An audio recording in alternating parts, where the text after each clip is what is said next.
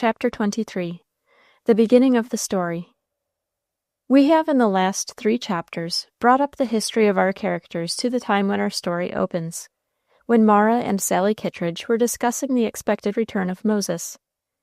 Sally was persuaded by Mara to stay and spend the night with her, and did so without much fear of what her mother would say when she returned. For though Mrs. Kittredge still made bustling demonstrations of authority, it was quite evident to everyone that the handsome grown-up girl had got the scepter into her own hands, and was reigning in the full confidence of being, in one way or another, able to bring her mother into all her views.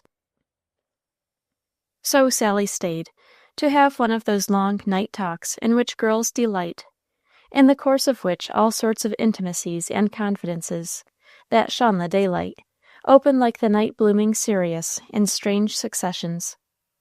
One often wonders by daylight at the things one says very naturally in the dark. So the 2 girls talked about Moses, and Sally dilated upon his handsome, manly air the one Sunday that he had appeared in Harpswell meeting house. "He didn't know me at all, if you'll believe it," said Sally. "I was standing with father when he came out, and he shook hands with him, and looked at me as if I'd been an entire stranger." "I'm not in the least surprised," said Mara. "You're grown so, and altered." "Well, now, you'd hardly know him, Mara," said Sally. "He is a man, a real man.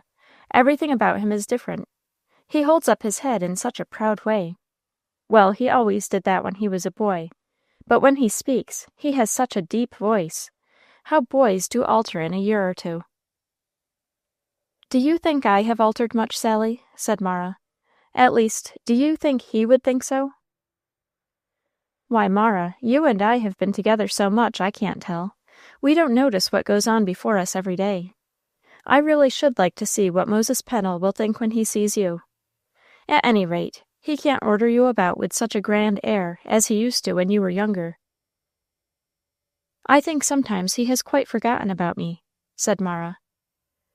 "Well, if I were you, I should put him in mind of myself by 1 or 2 little ways," said Sally. "I'd plague and tease him. I'd lead him such a life that he couldn't forget me. That's what I would." "I don't doubt you would, Sally, and he might like you all the better for it. But you know that sort of thing isn't my way. People must act in character." "Do you know, Mara," said Sally, "I always thought Moses was hateful in his treatment of you. Now, I'd no more marry that fellow than I'd walk into the fire, but it would be a just punishment for his sins to have to marry me. Wouldn't I serve him out, though?" With which threat of vengeance on her mind, Sally Kittredge fell asleep, while Mara lay awake pondering, wondering if Moses would come tomorrow, and what he would be like if he did come. The next morning, as the 2 girls were wiping breakfast dishes in a room adjoining the kitchen, a step was heard on the kitchen floor, and the first that Mara knew she found herself lifted from the floor in the arms of a tall, dark-eyed young man, who was kissing her just as if he had a right to. She knew it must be Moses, but it seemed strange as a dream, for all she had tried to imagine it beforehand. He kissed her over and over, and then holding her off at arm's length, said, "Why, Mara, you have grown to be a beauty." "And what was she, I'd like to know, when you went away, Mr. Moses?" said Sally, who could not long keep out of a conversation. "She was handsome when you were only a great ugly boy." "Thank you, Miss Sally," said Moses, making a profound bow. "Thank me for what?" said Sally, with a toss. "For your intimation that I am a handsome young man now," said Moses, sitting with his arm around Mara and her hand in his. And in all truth he was as handsome now for a man as he was in the promise of his early childhood. All the oafishness and surly awkwardness of the half-boy period was gone. His great black eyes were clear and confident, his dark hair clustering in short curls round his well-shaped head, his black lashes and fine form, and a certain confident ease of manner, set him off to the greatest advantage. Mara felt a peculiar dreamy sense of strangeness at this brother who was not a brother, this Moses so different from the one she had known. The very tone of his voice, which when he left had the uncertain cracked notes which indicate the unformed man, were now mellowed and settled.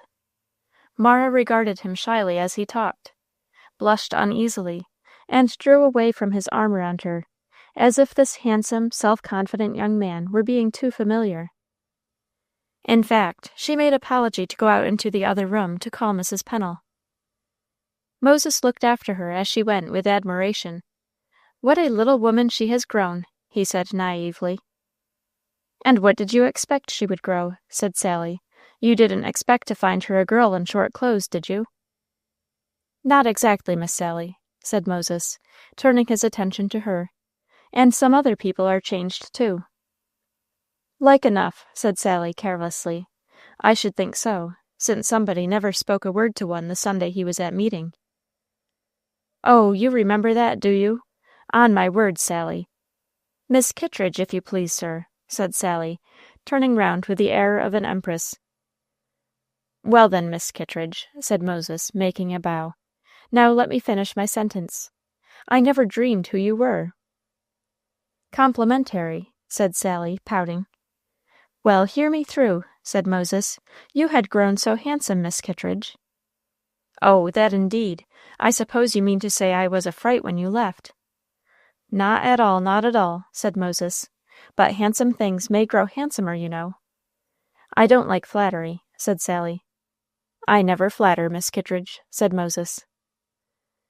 Our young gentleman and young lady of Orr's Island went through with this customary little lie of civilized society with as much gravity as if they were practicing in the court of Versailles, she looking out from the corner of her eye to watch the effect of her words, and he laying his hand on his heart in the most edifying gravity. They perfectly understood one another. "But," says the reader, "seems to me Sally Kittredge does all the talking." So she does. So she always will, for it is her nature to be bright, noisy, and restless, and one of these girls always overcrows a timid and thoughtful one, and makes her, for the time, seem dim and faded, as does rose color when put beside scarlet. Sally was a born coquette. It was as natural for her to want to flirt with every man she saw, as for a kitten to scamper after a pinball. Does the kitten care a fig for the pinball, or the dry leaves, which she whisks and frisks and boxes and pats, and races round and round after? No, it's nothing but kittenhood. Every hair of her fur is alive with it. Her sleepy green eyes, when she pretends to be dozing, are full of it. And though she looks wise a moment, and seems resolved to be a discreet young cat, let but a leaf sway, off she goes again with a frisk and a rap. So, though Sally had scolded and flounced about Moses's inattention to Mara in advance, she contrived even in this first interview to keep him talking with nobody but herself, not because she wanted to draw him from Mara, or meant to, not because she cared a pin for him, but because it was her nature, as a frisky young cat. And Moses let himself be drawn, between bantering and contradicting, and jest and earnest, at some moments almost to forget that Mara was in the room.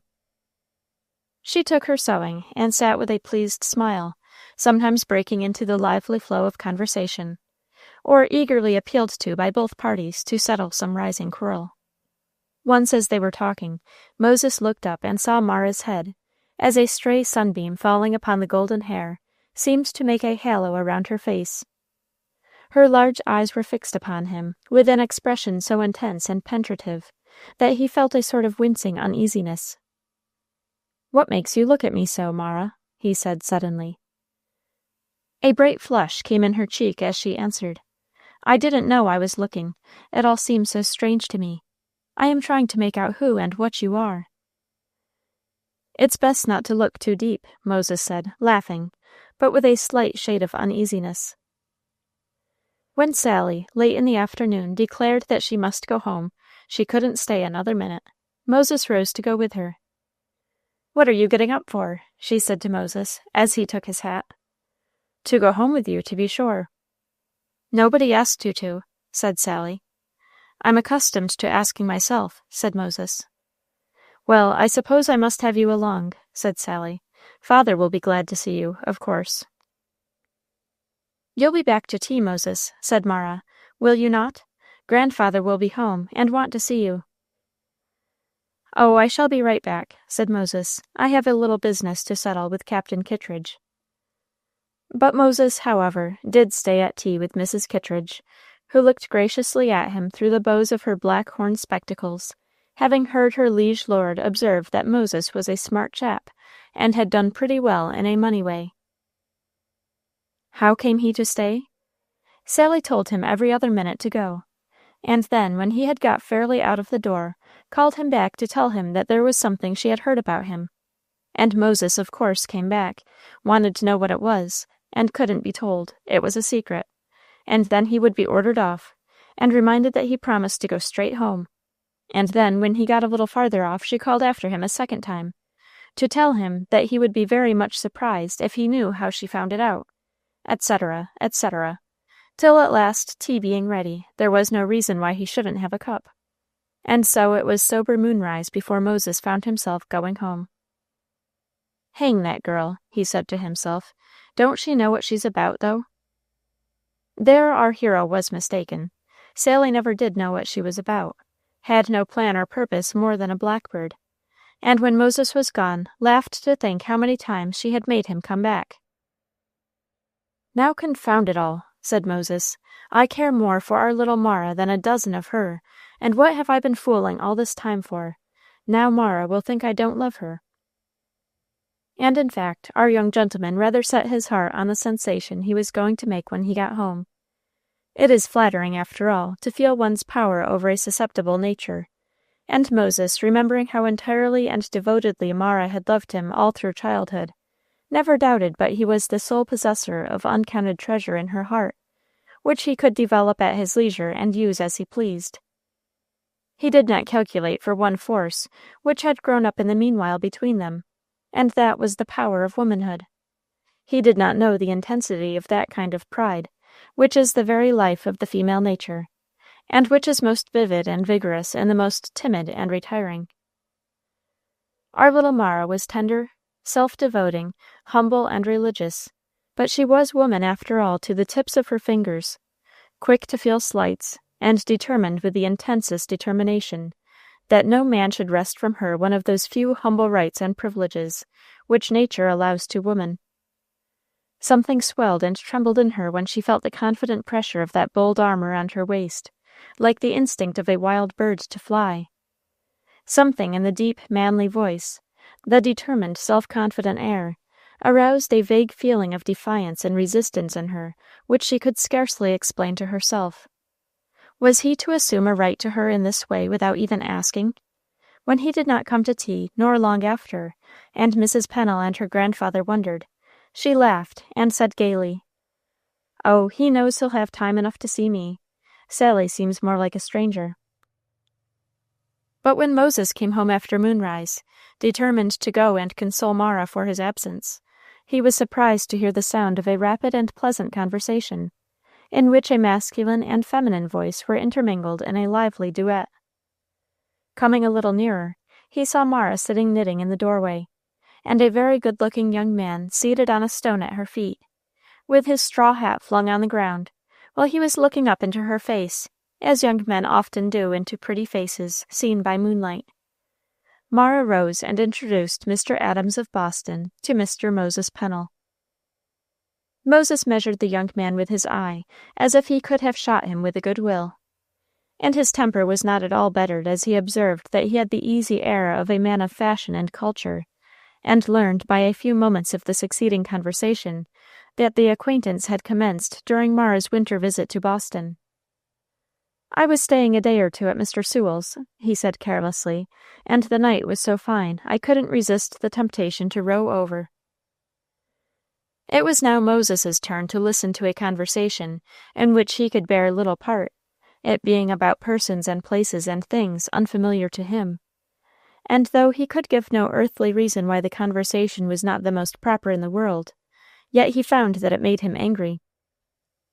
In the pauses, Mara inquired, prettily, how he found the Kittredges, and reproved him playfully for staying, in despite of his promise to come home. Moses answered with an effort to appear easy and playful, that there was no reason, it appeared, to hurry on her account, since she had been so pleasantly engaged. "That is true," said Mara quietly, "but then Grandpapa and Grandmamma expected you, and they have gone to bed, as you know they always do after tea."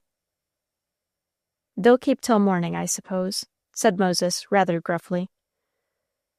"Oh, yes, but then as you had been gone 2 or 3 months, naturally they wanted to see a little of you at first." The stranger now joined in the conversation, and began talking with Moses about his experiences in foreign parts, in a manner which showed a man of sense and breeding. Moses had a jealous fear of people of breeding, an apprehension lest they should look down on one whose life had been laid out of the course of their conventional ideas, and therefore, though he had sufficient ability and vigor of mind to acquit himself to advantage in this conversation, it gave him all the while a secret uneasiness. After a few moments, he rose up moodily, and saying that he was very much fatigued, he went into the house to retire. Mr. Adams rose to go also, and Moses might have felt in a more Christian frame of mind had he listened to the last words of the conversation between him and Mara. "Do you remain long in Harpswell?" she asked. "That depends on circumstances," he replied. "If I do, may I be permitted to visit you?" "As a friend, yes," said Mara. "I shall always be happy to see you." "No more?" "No more," replied Mara. "I had hoped," he said, "that you would reconsider." "It is impossible," said she, and soft voices can pronounce that word, impossible, in a very fateful and decisive manner. "Well, God bless you, then, Miss Lincoln," he said, and was gone. Mara stood in the doorway and saw him loosen his boat from its moorings and float off in the moonlight, with a long train of silver sparkles behind. A moment after, Moses was looking gloomily over her shoulder. "Who is that puppy?" he said. "He is not a puppy, but a very fine young man," said Mara. "Well, that very fine young man, then." "I thought I told you. He is a Mr. Adams of Boston, and a distant connection of the Sewells. I met him when I was visiting at Judge Sewell's in Boston." "You seemed to be having a very pleasant time together." "We were," said Mara, quietly. "It's a pity I came home as I did. I'm sorry I interrupted you," said Moses, with a sarcastic laugh. "You didn't interrupt us. He had been here almost 2 hours." Now Mara saw plainly enough that Moses was displeased and hurt, and had it been in the days of her 14th summer, she would have thrown her arms around his neck and said, "Moses, I don't care a fig for that man, and I love you better than all the world." But this the young lady of 18 would not do, so she wished him good night very prettily, and pretended not to see anything about it. Mara was as near being a saint as human dust ever is. But she was a woman saint, and therefore may be excused for a little gentle vindictiveness. She was, in a merciful way, rather glad that Moses had gone to bed dissatisfied, and rather glad that he did not know what she might have told him, quite resolved that he should not know at present. Was he to know that she liked nobody so much as him? Not he, unless he loved her more than all the world, and said so first. Mara was resolved upon that. He might go where he liked, flirt with whom he liked, come back as late as he pleased. Never would she, by word or look, give him reason to think she cared. Chapter 24. Desires and Dreams. Moses passed rather a restless and uneasy night on his return to the home roof which had sheltered his childhood. All his life past, and all his life expected, seemed to boil and seethe and ferment in his thoughts, and to go round and round in never-ceasing circles before him. Moses was par excellence, proud, ambitious, and wilful.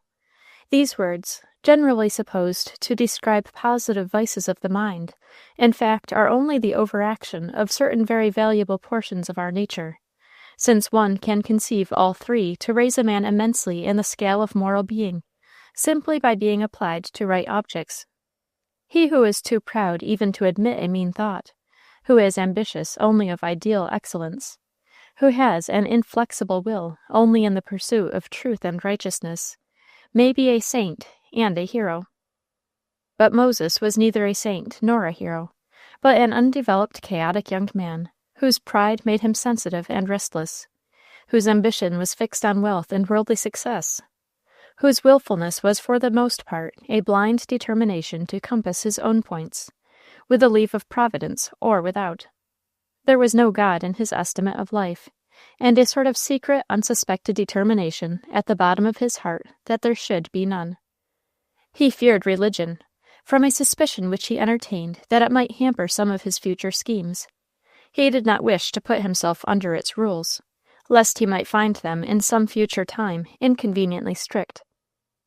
With such determinations and feelings, the Bible, necessarily an excessively uninteresting book to him, he never read, and satisfied himself with determining in a general way that it was not worth reading, and, as was the custom with many young men in America at that period, announced himself as a skeptic, and seemed to value himself not a little on the distinction. Pride in skepticism is a peculiar distinction of young men. It takes years and maturity to make the discovery that the power of faith is nobler than the power of doubt, and that there is a celestial wisdom in the ingenious propensity to trust, which belongs to honest and noble natures. Elderly skeptics generally regard their unbelief as a misfortune. Not that Moses was, after all, without the angel in him. He had a good deal of the susceptibility to poetic feeling, the power of vague and dreamy aspiration, the longing after the good and beautiful, which is God's witness in the soul.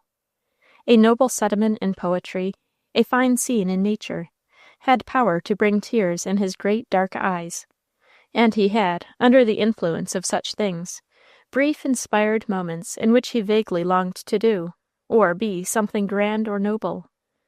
But this, however, was something apart from the real purpose of his life, a sort of voice crying in the wilderness, to which he gave little heed.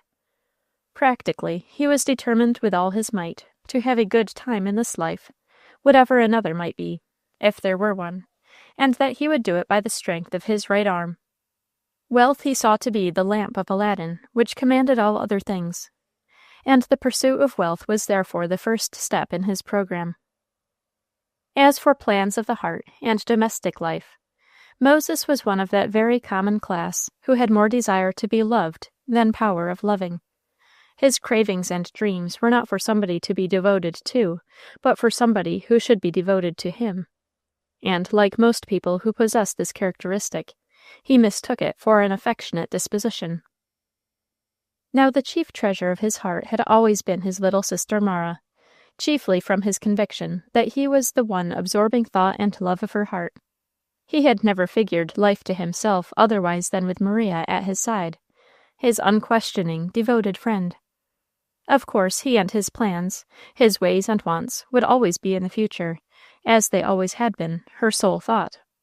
These sleeping partnerships in the interchange of affection, which support one's heart with a basis of uncounted wealth, and leave one free to come and go, and buy and sell, without exaction or interference, are a convenience certainly, and the loss of them in any way is like the sudden breaking of a bank in which all one's deposits are laid.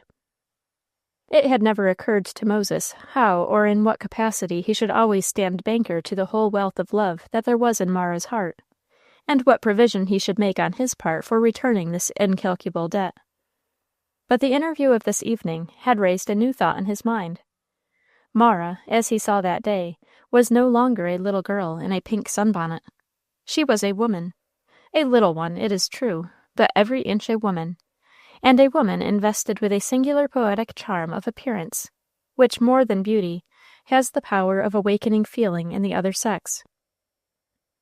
He felt in himself, in the experience of that one day, that there was something subtle and veiled about her, which set the imagination at work, that the wistful, plaintive expression of her dark eyes, and a thousand little shy and tremulous movements of her face, affected him more than the most brilliant of Sally Kittredge's sprightly sallies.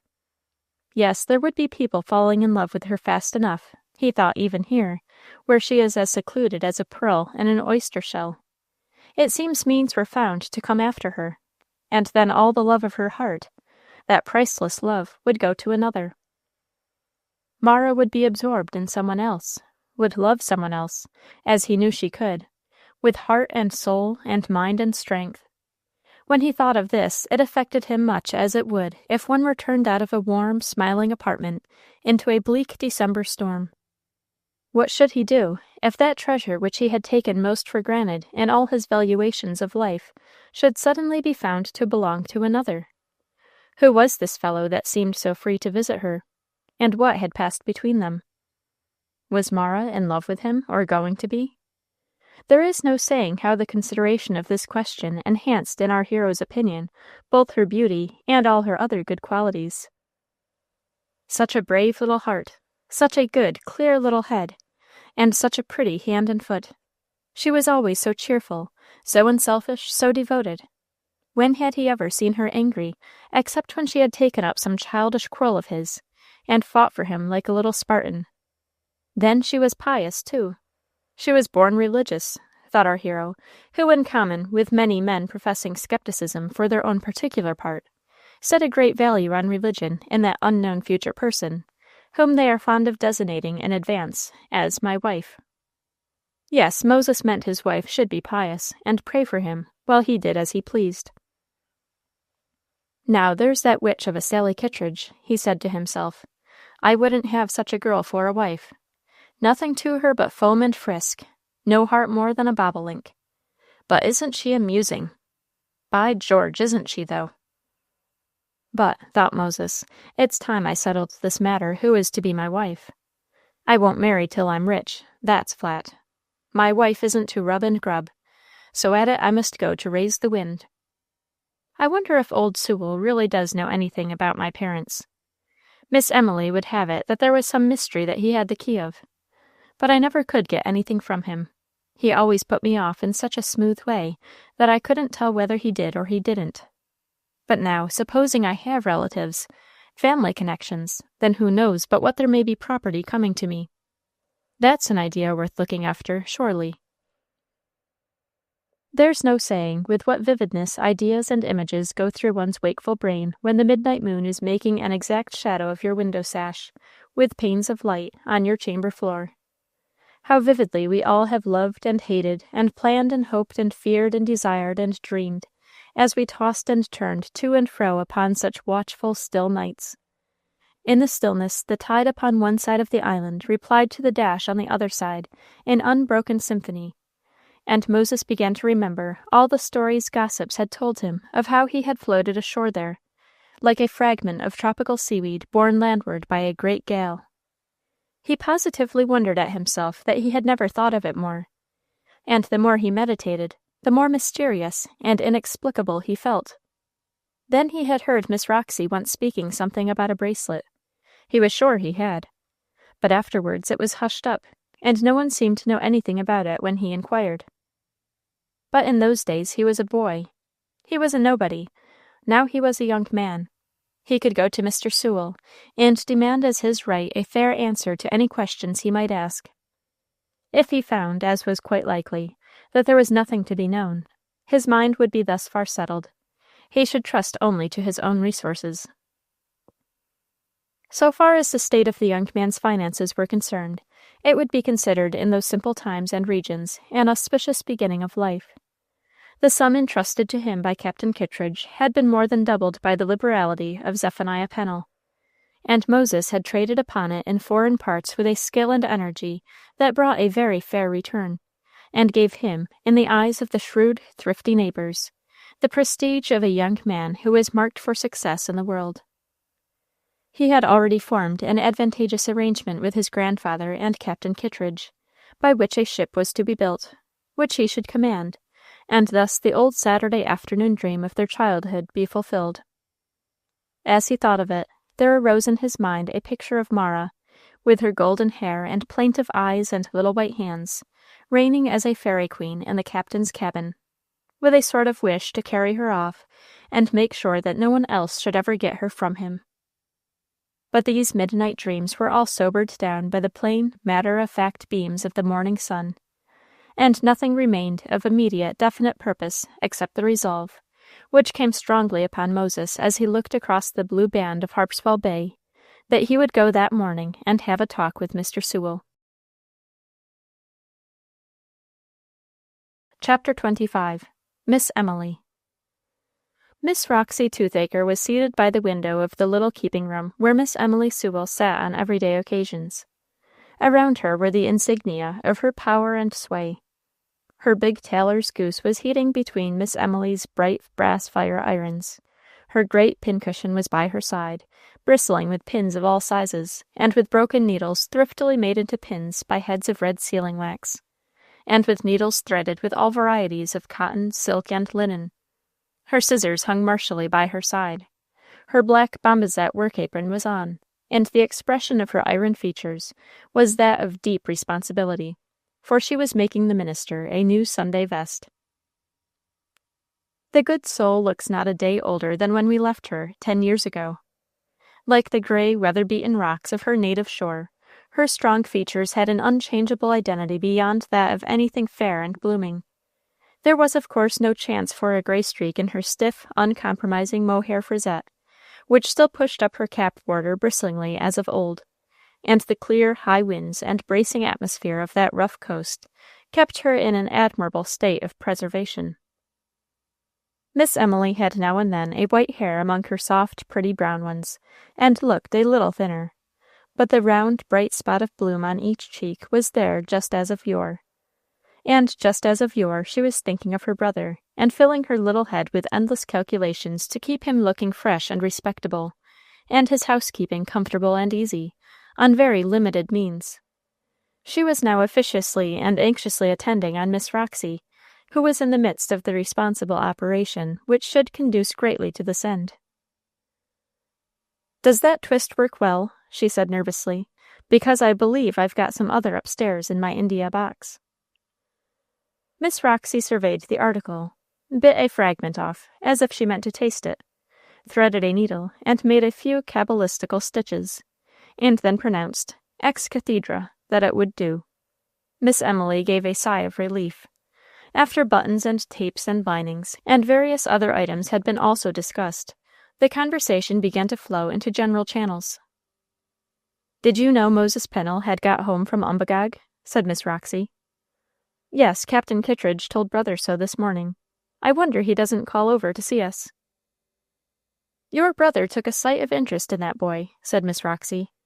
"I was saying to Ruey this morning that if Moses Pennel ever did turn out well, he ought to have a large share of the credit." "Brother always did feel a peculiar interest in him. It was such a strange providence that seemed to cast in his lot among us," said Miss Emily. "As sure as you live, there he is a-comin' to the front door," said Miss Roxy. "Dear me," said Miss Emily, "and here I have on this old faded chintz. Just so sure as one puts on any old rag, and thinks nobody will come, company is sure to call." "Law, I'm sure I shouldn't think of calling him company," said Miss Roxy. A rap at the door put an end to this conversation, and very soon Miss Emily introduced our hero into the little sitting-room, in the midst of a perfect stream of apologies relating to her old dress and the littered condition of the sitting-room, for Miss Emily held to the doctrine of those who consider any sign of human occupation and existence in a room as being disorder, however reputable and respectable be the cause of it.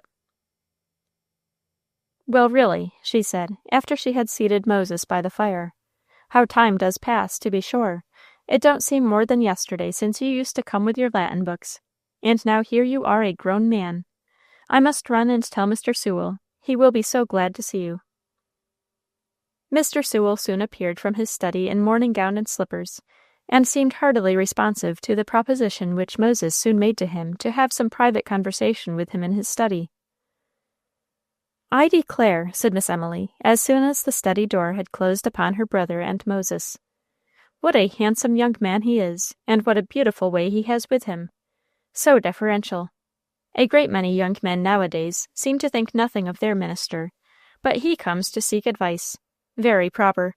It isn't every young man that appreciates the privilege of having elderly friends. I declare what a beautiful couple he and Mara Lincoln would make. Don't Providence seem in a peculiar way to have designed them for each other?" "I hope not," said Miss Roxy, with her grimmest expression. "You don't? Why not?" "I have never liked him," said Miss Roxy, who had possessed herself of her great heavy goose, and was now thumping and squeaking it emphatically on the press-board. "She's 1,000 times too good for Moses Pennel. Thump. I ne'er had no faith in him. Thump. He's dreffle unstiddy. Thump. He's handsome, but he knows it. Thump. He won't never love nobody so much as he does himself. Thump. Fortissimo conspirito.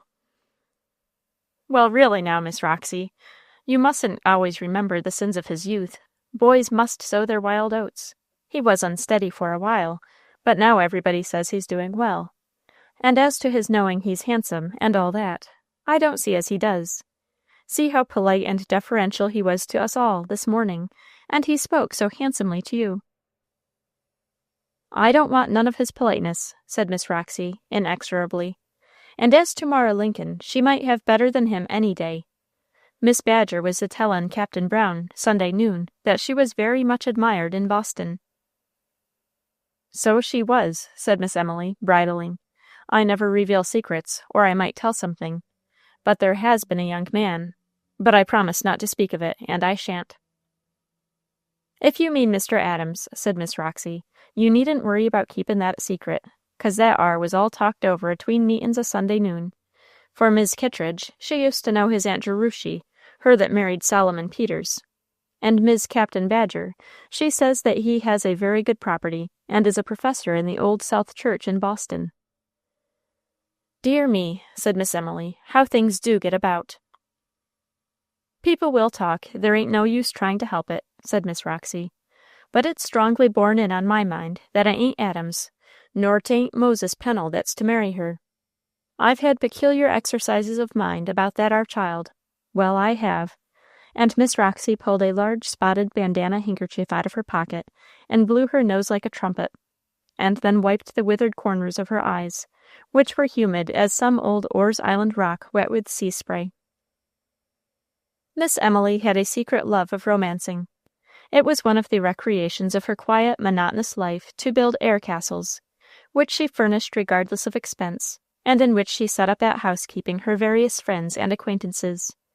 And she had always been bent on weaving a romance on the history of Mara and Moses Pennel.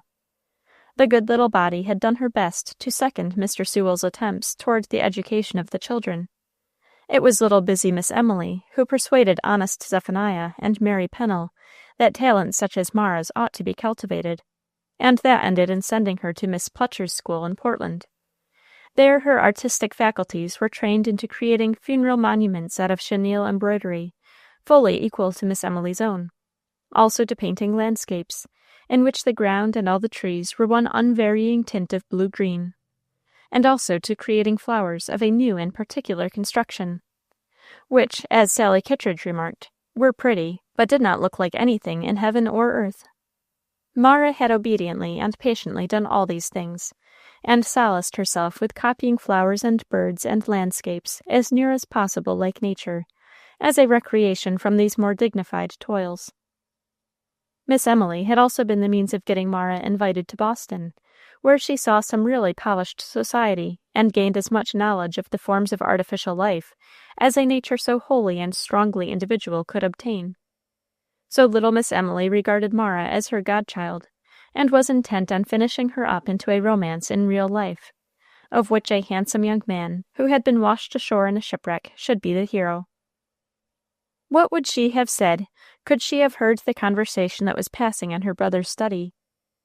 Little could she dream that the mystery, about which she had timidly nibbled for years, was now about to be unrolled. But it was even so. But upon what she does not see, good reader, you and I, following invisibly on tiptoe, will make our observation. When Moses was first ushered into Mr. Sewell's study, and found himself quite alone, with the door shut, his heart beat so that he fancied the good man must hear it. He knew well what he wanted and meant to say, but he found in himself all that shrinking and nervous repugnance which always attends the proposing of any decisive question. I thought it proper, he began, that I should call and express my sense of obligation to you, sir, for all the kindness you showed me when a boy. I'm afraid in those thoughtless days I did not seem to appreciate it so much as I do now. As Moses said this, the color rose in his cheeks, and his fine eyes grew moist with a sort of subdued feeling that made his face for the moment more than usually beautiful. Mr. Sewell looked at him with an expression of peculiar interest, which seemed to have something almost of pain in it, and answered with a degree of feeling more than he commonly showed. "It has been a pleasure to me to do anything I could for you, my young friend. I only wish it could have been more. I congratulate you on your present prospects in life. You have perfect health, you have energy and enterprise, you are courageous and self-reliant, and I trust your habits are pure and virtuous. It only remains that you add to all this that fear of the Lord which is the beginning of wisdom." Moses bowed his head respectfully, and then sat silent a moment, as if he were looking through some cloud where he vainly tried to discover objects. Mr. Sewell continued gravely, "You have the greatest reason to bless the kind Providence which has cast your lot in such a family, in such a community. I have had some means in my youth of comparing other parts of the country with our New England, and it is my opinion that a young man could not ask a better introduction to life than the wholesome nurture of a Christian family in our favored land." "Mr. Sewell," said Moses, raising his head, and suddenly looking him straight in the eyes, "do you know anything of my family?" The question was so point-blank and sudden, that for a moment Mr. Sewell made a sort of motion as if he dodged a pistol shot, and then his face assumed an expression of grave thoughtfulness, while Moses drew a long breath. It was out. The question had been asked. "My son," replied Mr. Sewell, "it has always been my intention, when you had arrived at years of discretion, to make you acquainted with all that I know or suspect in regard to your life. I trust that when I tell you all I do know, you will see that I have acted for the best in the matter. It has been my study and my prayer to do so." Mr. Sewell then rose, and unlocking the cabinet of which we have before made mention, in his apartment, drew forth a very yellow and time-worn package of papers, which he untied. From these he selected one which enveloped in an old-fashioned miniature case. "I am going to show you," he said, "what only you and my God know that I possess. I have not looked at it now for 10 years, but I have no doubt that it is the likeness of your mother." Moses took it in his hand, and for a few moments there came a mist over his eyes. He could not see clearly. He walked to the window as if needing a clearer light. What he saw was a painting of a beautiful young girl, with large, melancholy eyes, and a clustering abundance of black, curly hair. The face was of a beautiful, clear oval, with that warm brunette tint in which the Italian painters delight.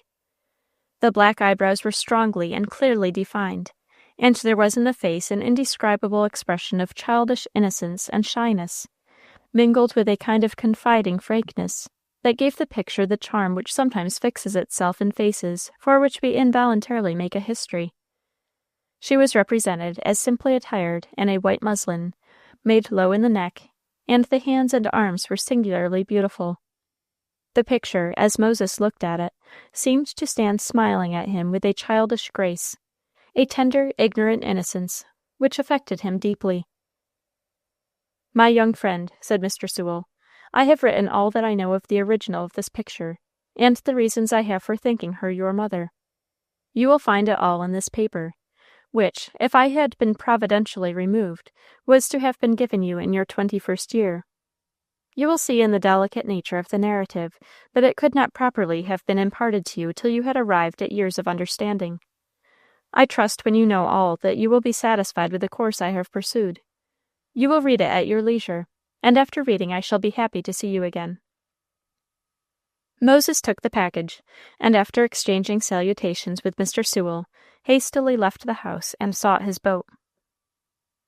When one has suddenly come into possession of a letter or a paper in which is known to be hidden the solution of some long-pondered secret, of the decision of fate with regard to some long-cherished desire, who has not been conscious of a sort of pain, an unwillingness at once to know what is therein? We turn the letter again and again, we lay it by and return to it, and defer from moment to moment the opening of it. So Moses did not sit down in the first retired spot to ponder the paper. He put it in the breast pocket of his coat, and then taking up his oars rowed across the bay. He did not land at the house, but passed around the south point of the island, and rowed up the other side to seek a solitary retreat in the rocks, which had always been a favorite with him in his early days. The shores of the island, as we have said, are a precipitous wall of rock, whose long ribbed ledges extend far out into the sea. At high tide, these ledges are covered with the smooth blue sea quite up to the precipitous shore.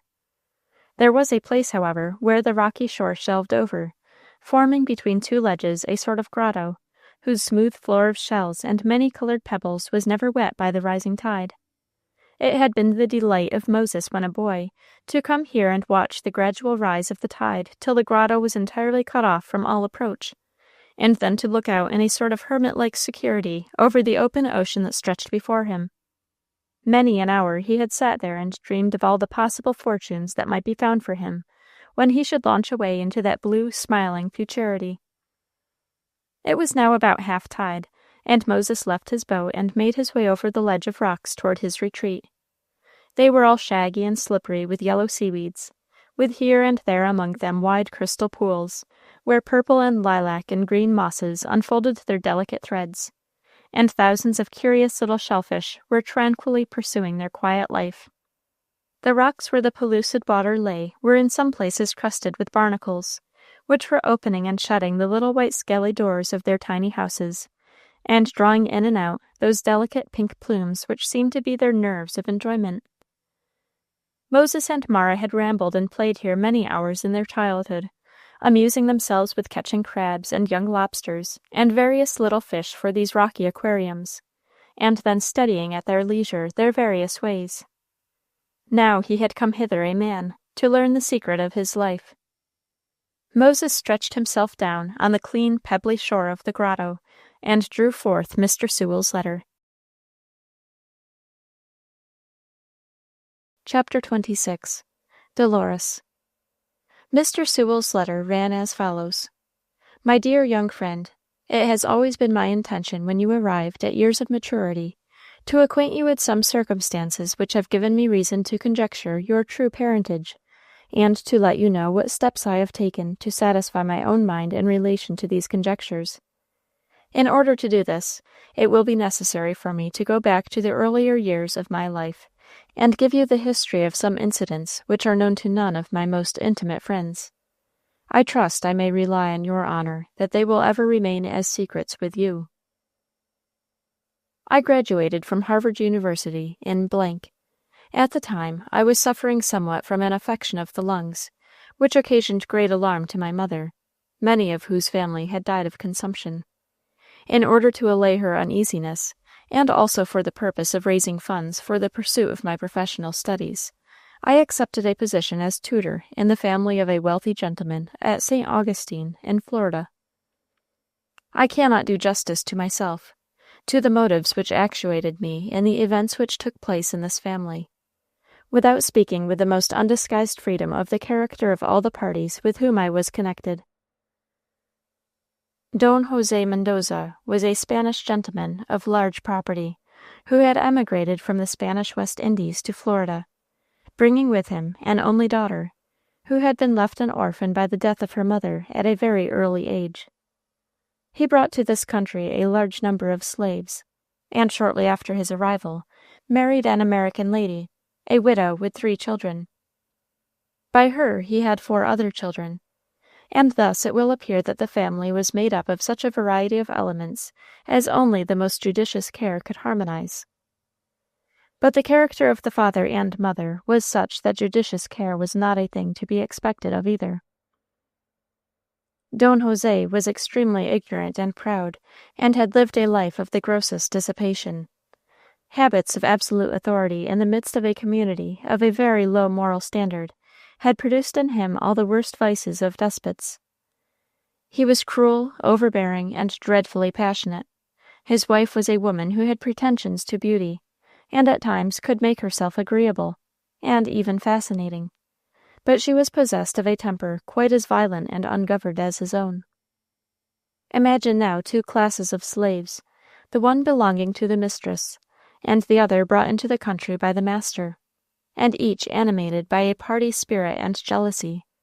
Imagine children of different marriages, inheriting from their parents violent tempers and stubborn wills, flattered and fawned on by slaves, and alternately petted or stormed at, now by this parent and now by that, and you will have some idea of the task which I undertook in being tutor in this family. I was young and fearless in those days, as you are now, and the difficulties of the position, instead of exciting apprehension, only awakened the spirit of enterprise and adventure. The whole arrangements of the household, to me fresh from the simplicity and order of New England, had a singular and wild sort of novelty which was attractive rather than otherwise. I was well recommended in the family by an influential and wealthy gentleman of Boston, who represented my family, as indeed it was, as among the oldest and most respectable of Boston, and spoke in such terms of me personally as I should not have ventured to use in relation to myself. When I arrived, I found that 2 or 3 tutors, who had endeavored to bear rule in this tempestuous family, had thrown up the command after a short trial, and that the parents felt some little apprehension of not being able to secure the services of another, a circumstance which I did not fail to improve in making my preliminary arrangements. I assumed an air of grave hauteur, was very exacting in all my requisitions and stipulations, and would give no promise of doing more than to give the situation a temporary trial. I put on an air of supreme indifference as to my continuance, and acted in fact rather on the assumption that I should confer a favor by remaining. In this way, I succeeded in obtaining at the outset a position of more respect and deference than had been enjoyed by any of my predecessors. I had a fine apartment, a servant exclusively devoted to me, a horse for riding, and saw myself treated among the servants as a person of consideration and distinction. Don José and his wife both had in fact a very strong desire to retain my services. When after the trial of a week or 2, it was found that I really could make their discordant and turbulent children to some extent obedient and studious during certain portions of the day, and in fact I soon acquired in the whole family that ascendancy which a well-bred person who respects himself, and can keep his temper, must have over passionate and undisciplined natures. I became the receptacle of the complaints of all, and a sort of confidential adviser. Don José imparted to me, with more frankness than good taste, his chagrins with regard to his wife's indolence, ill temper, and bad management, and his wife in turn omitted no opportunity to vent complaints against her husband for similar reasons. I endeavored, to the best of my ability, to act a friendly part by both. It never was in my nature to see anything that needed to be done without trying to do it, and it was impossible to work at all without becoming so interested in my work as to do far more than I had agreed to do. I assisted Don José about many of his affairs, brought his neglected accounts into order, and suggested from time to time arrangements which relieved the difficulties which had been brought on by disorder and neglect. In fact, I became, as he said, quite a necessary of life to him. In regard to the children, I had a more difficult task. The children of Don José by his present wife had been systematically stimulated by the negroes into a chronic habit of dislike and jealousy toward her children by a former husband. On the slightest pretext, they were constantly running to their father with complaints, and as the mother warmly espoused the cause of her first children, criminations and recriminations often convulsed the whole family. In ill-regulated families in that region, the care of the children is from the first in the hands of half-barbarized negroes, whose power of molding and assimilating childish minds is peculiar, so that the teacher has to contend constantly with a savage element in the children, which seems to have been drawn in with the mother's milk. It is, in a modified way, something the same result as if the child had formed its manners in Dahomey or on the coast of Guinea. In the fierce quarrels which were carried on between the children of this family, I had frequent occasion to observe this strange, savage element, which sometimes led to expressions and actions which would seem incredible in civilized society. The 3 children by Madame Mendoza's former husband were 2 girls of 16 and 18 and a boy of 14. The 4 children of the second marriage consisted of 3 boys and a daughter, the eldest being not more than 13. The natural capacity of all the children was good, although, from self-will and indolence, they had grown up in a degree of ignorance which could not have been tolerated except in a family living an isolated plantation life in the midst of barbarized dependence. Savage and untaught and passionate as they were, the work of teaching them was not without its interest to me. A power of control was with me a natural gift, and then that command of temper which is the common attribute of well-trained persons in the northern states, was something so singular in this family as to invest its possessor with a certain awe, and my calm, energetic voice and determined manner often acted as a charm on their stormy natures. But there was one member of the family of whom I have not yet spoken, and yet all this letter is about her, the daughter of Don José by his first marriage. Poor Dolores! Poor child! God grant she may have entered into his rest. I need not describe her. You have seen her picture, and in the wild, rude, discordant family, she always reminded me of the words, "a lily among thorns." She was in her nature unlike all the rest, and, I may say, unlike any one I ever saw. She seemed to live a lonely kind of life in this disorderly household, often marked out as the object of the spites and petty tyrannies of both parties. She was regarded with bitter hatred and jealousy by Madame Mendoza, who was sure to visit her with unsparing bitterness and cruelty after the occasional demonstrations of fondness she received from her father. Her exquisite beauty and the gentle softness of her manners made her such a contrast to her sisters as constantly excited their ill will. Unlike them all, she was fastidiously neat in her personal habits, and orderly in all the little arrangements of life. She seemed to me in this family to be like some shy, beautiful pet creature, in the hands of rude, unappreciated owners, hunted from quarter to quarter, and finding rest only by stealth. Yet she seemed to have no perception of the harshness and cruelty with which she was treated. She had grown up with it. It was the habit of her life to study peaceable methods of averting or avoiding the various inconveniences and annoyances of her lot, and secure to herself a little quiet. It not unfrequently happened, amid the cabals and storms which shook the family, that one party or the other took up and patronized Dolores for a while, more, as it would appear, out of hatred for the other than any real love to her.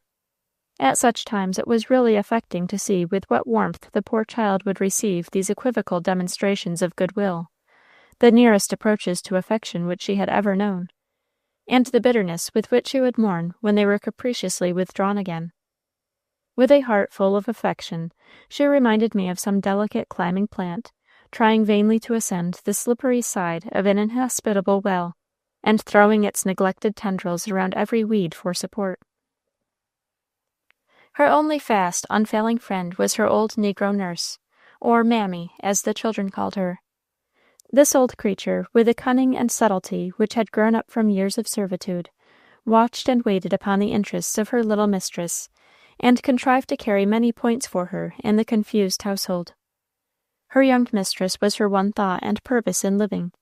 She would have gone through fire and water to serve her, and this faithful, devoted heart, blind and ignorant though it were, was the only unfailing refuge and solace of the poor hunted child. Dolores, of course, became my pupil among the rest.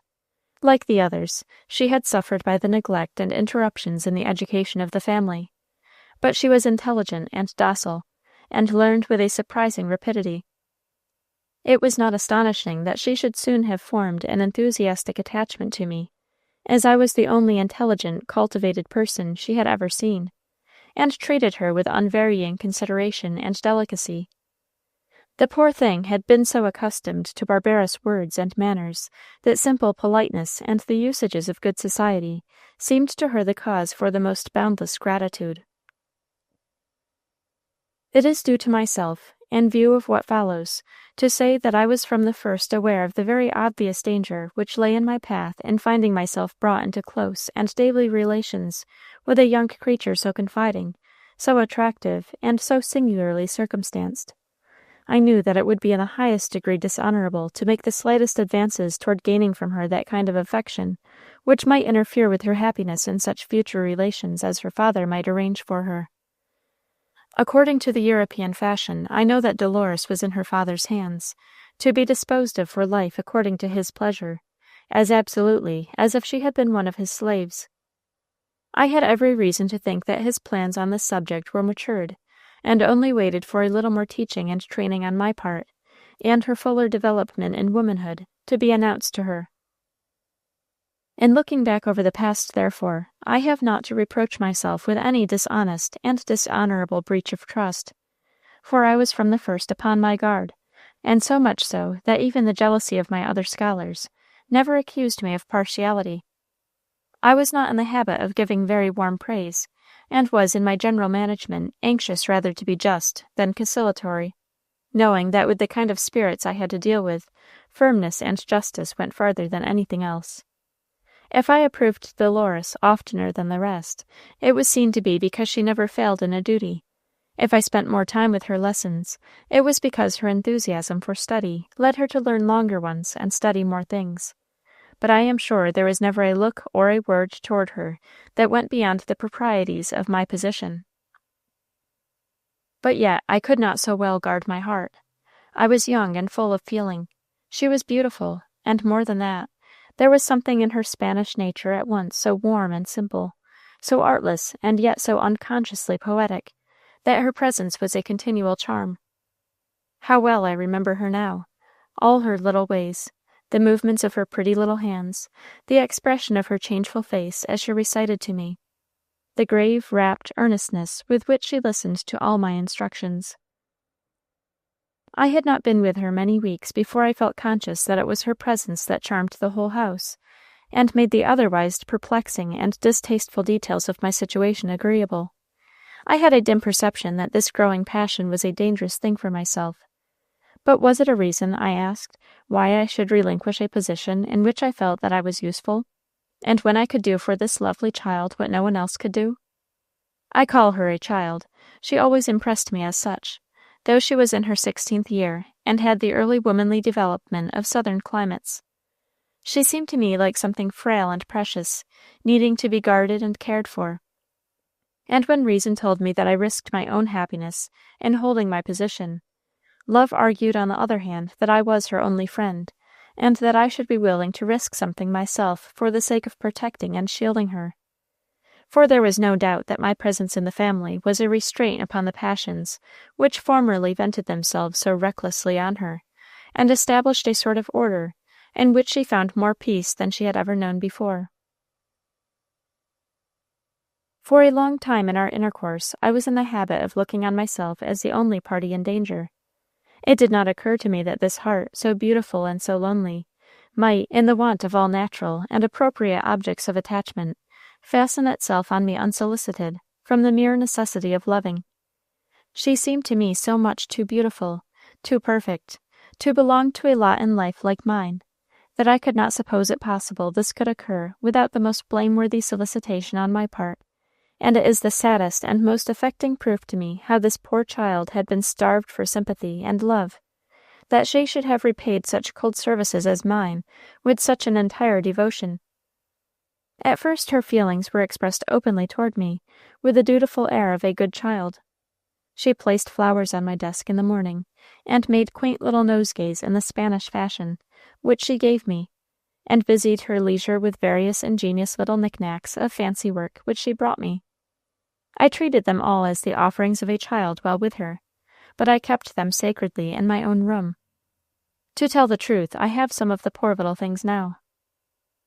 But after a while I could not help seeing how she loved me, and then I felt as if I ought to go, but how could I? The pain to myself I could have borne, but how could I leave her to all the misery of her bleak, ungenial position? She, poor thing, was so unconscious of what I knew, for I was made clear-sighted by love. I tried the more strictly to keep to the path I had marked out for myself, but I fear I did not always do it. In fact, many things seemed to conspire to throw us together. The sisters, who were sometimes invited out to visit on neighboring estates, were glad enough to dispense with the presence and attractions of Dolores, and so she was frequently left at home to study with me in their absence.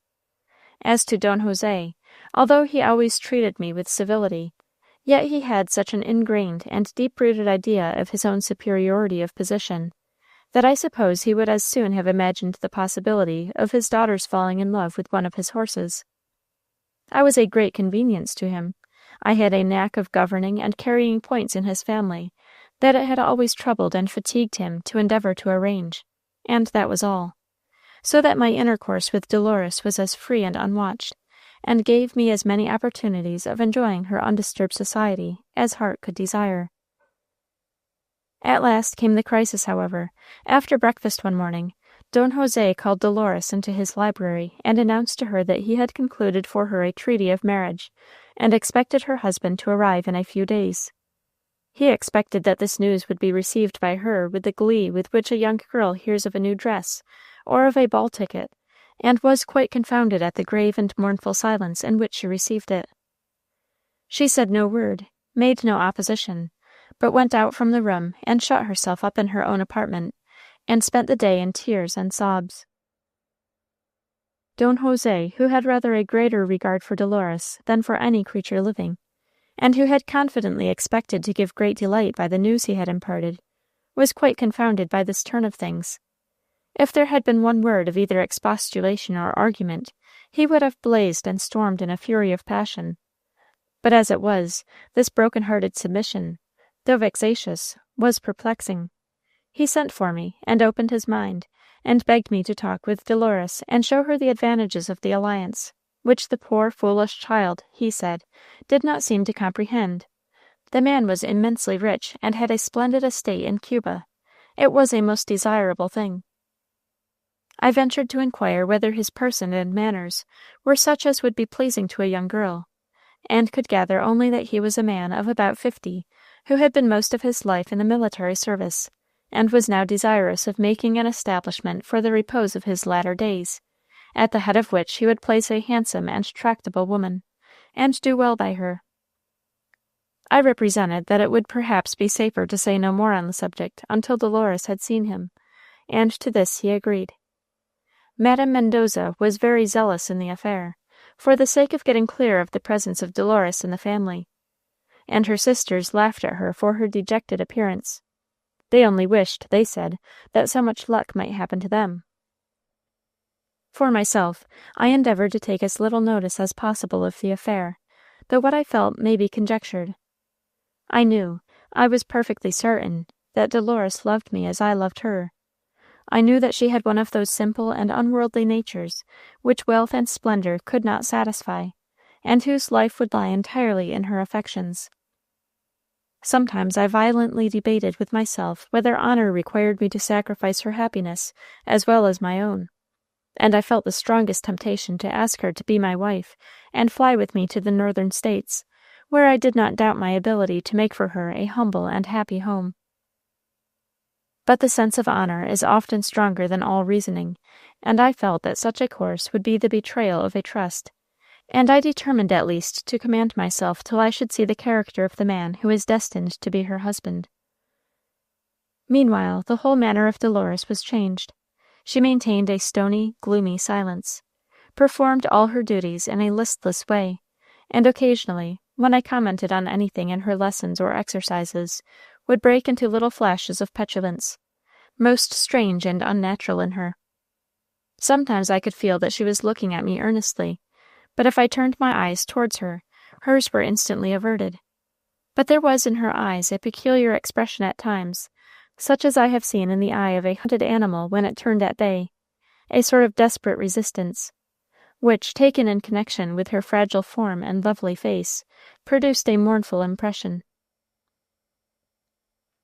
One morning I found Dolores sitting alone in the schoolroom, leaning her head on her arms. She had on her wrist a bracelet of peculiar workmanship, which she always wore, the bracelet which was afterwards the means of confirming her identity. She sat thus some moments in silence, and then she raised her head and began turning this bracelet round and round upon her arm, while she looked fixedly before her.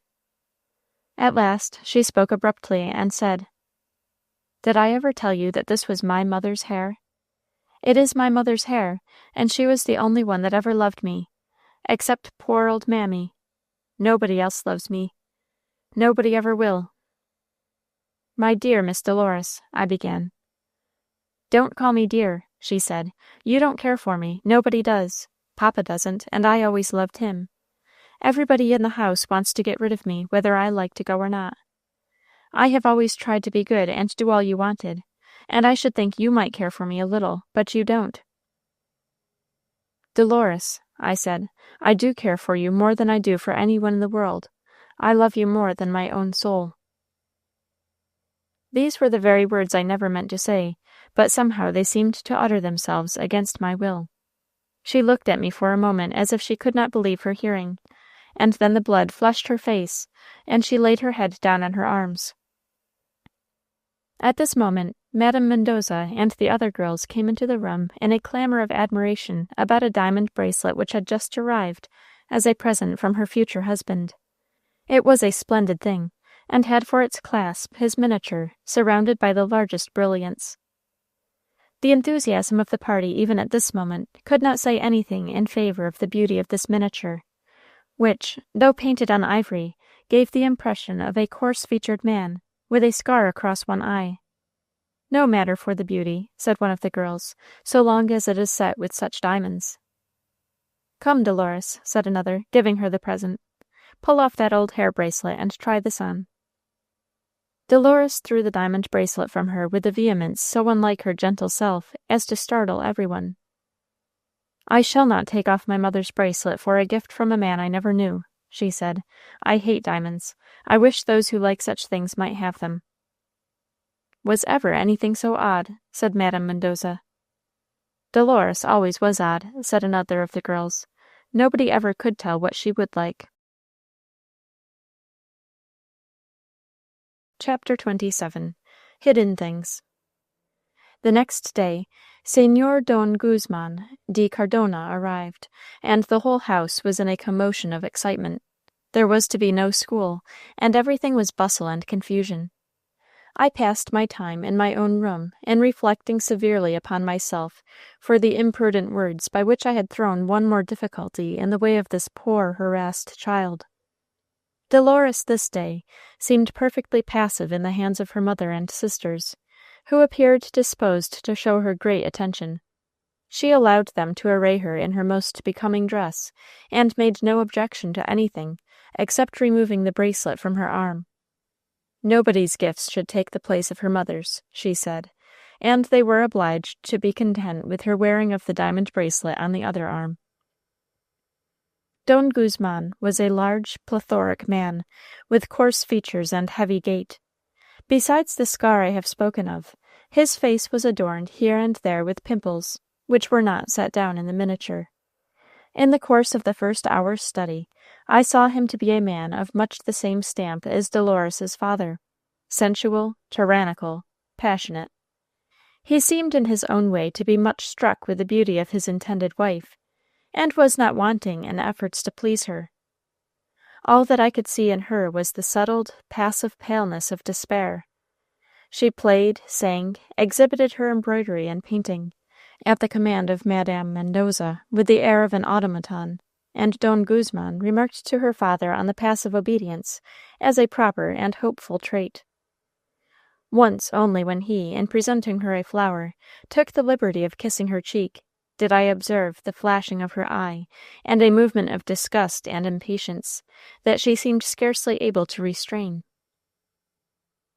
The marriage was announced to take place the next week, and a holiday was declared through the house. Nothing was talked of or discussed but the corbeille de mariage which the bridegroom had brought, the dresses, laces, sets of jewels, and cashmere shawls. Dolores never had been treated with such attention by the family in her life. She rose immeasurably in the eyes of all as the future possessor of such wealth and such an establishment as awaited her. Madame Mendoza had visions of future visits in Cuba rising before her mind, and overwhelmed her daughter-in-law with flatteries and caresses, which she received in the same passive silence as she did everything else. For my own part, I tried to keep entirely by myself.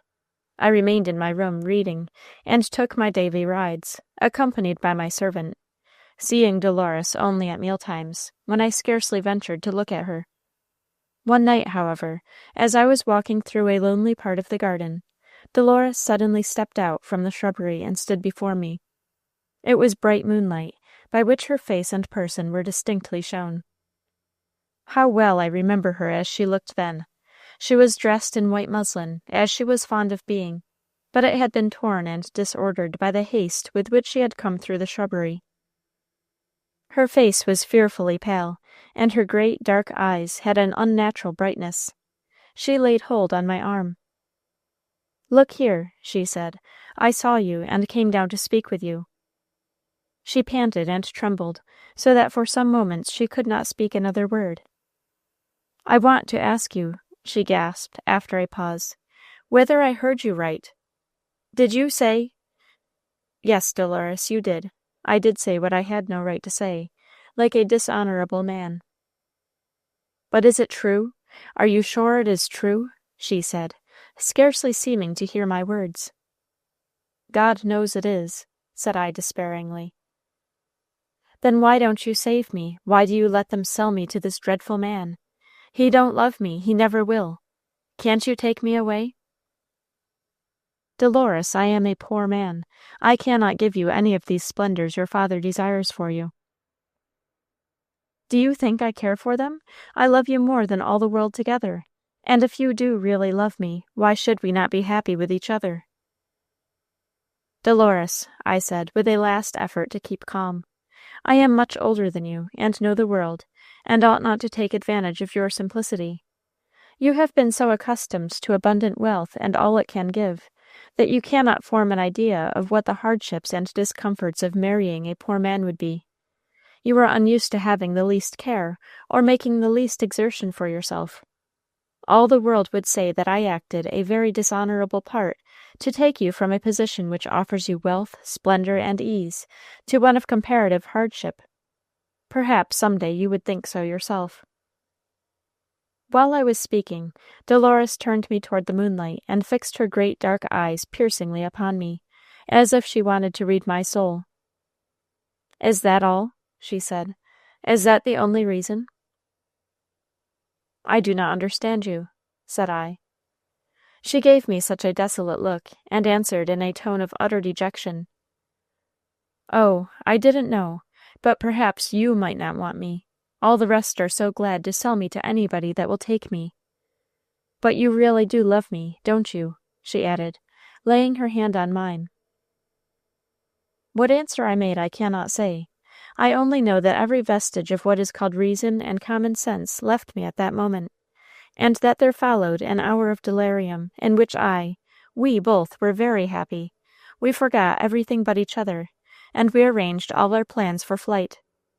There was fortunately a ship lying in the harbor of St. Augustine, the captain of which was known to me.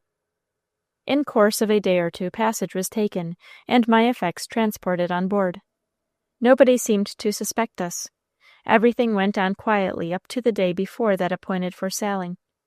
I took my usual rides, and did everything as much as possible in my ordinary way, to disarm suspicion, and none seemed to exist. The needed preparations went gaily forward. On the day I mentioned, when I had ridden some distance from the house, a messenger came post-haste after me. It was a boy who belonged specially to Dolores. He gave me a little hurried note. I copy it. "Papa has found all out, and it is dreadful. No one else knows, and he means to kill you when you come back. Do, if you love me, hurry and get on board the ship. I shall never get over it if evil comes on you for my sake. I shall let them do what they please with me, if God will only save you. I will try to be good. Perhaps if I bear my trials well, he will let me die soon. That is all I ask. I love you, and always shall, to death and after. Dolores." There was the end of it. I escaped on the ship. I read the marriage in the paper. Incidentally, I afterwards heard of her as living in Cuba, but I never saw her again till I saw her in her coffin. Sorrow and death had changed her so much that at first the sight of her awakened only a vague, painful remembrance. The sight of the hair bracelet which I had seen on her arm brought all back, and I felt sure that my poor Dolores had strangely come to sleep her last sleep near me. Immediately after I became satisfied who you were, I felt a painful degree of responsibility for the knowledge. I wrote at once to a friend of mine in the neighborhood of St. Augustine to find out any particulars of the Mendoza family. I learned that its history had been like that of many others in that region. Don Jose had died in a bilious fever, brought on by excessive dissipation. and at his death the estate was found to be so encumbered that the whole was sold at auction. The slaves were scattered hither and thither to different owners, and Madame Mendoza, with her children and remains of fortune, had gone to live in New Orleans. Of Dolores he had heard but once since her marriage. A friend had visited Don Guzman's estates in Cuba. He was living in great splendor, but bore the character of a hard, cruel, tyrannical master, and an overbearing man. His wife was spoken of as being in very delicate health, avoiding society, and devoting herself to religion. I would here take occasion to say that it was understood when I went into the family of Don José that I should not in any way interfere with the religious faith of the children, the family being understood to belong to the Roman Catholic Church. There was so little like religion of any kind in the family that the idea of their belonging to any faith savored something of the ludicrous. In the case of poor Dolores, however, it was different. The earnestness of her nature would always have made any religious form a reality to her. In her case, I was glad to remember that the Romish Church, amid many corruptions, preserves all the essential beliefs necessary for our salvation, and that many holy souls have gone to heaven through its doors. I therefore was only careful to direct her principal attention to the more spiritual parts of her own faith, and to dwell on the great themes which all Christian people hold in common. Many of my persuasion would not have felt free to do this, but my liberty of conscience in this respect was perfect. I have seen that if you break the cup out of which a soul has been used to take the wine of the gospel, you often spill the very wine itself. And after all, these forms are but shadows of which the substance is Christ. I am free to say, therefore, that the thought that your poor mother was devoting herself earnestly to religion, although after the forms of a church with which I differ, was to me a source of great consolation, because I knew that in that way alone could a soul like hers find peace. I have never rested from my efforts to obtain more information. A short time before the incident which cast you upon our shore, I conversed with a sea captain who had returned from Cuba. He stated that there had been an attempt at insurrection among the slaves of Don Guzman, in which a large part of the buildings and outhouses of the estate had been consumed by fire. On subsequent inquiry, I learned that Don Guzman had sold his estates and embarked for Boston with his wife and family, and that nothing had subsequently been heard of him. Thus, my young friend, I have told you all that I know of those singular circumstances which have cast your lot on our shores. I do not expect at your time of life you will take the same view of this event that I do. You may possibly, very probably will, consider it a loss not to have been brought up as you might have been in the splendid establishment of Don Guzman, and found yourself heir to wealth and pleasure without labor or exertion. Yet I am quite sure, in that case, that your value as a human being would have been immeasurably less.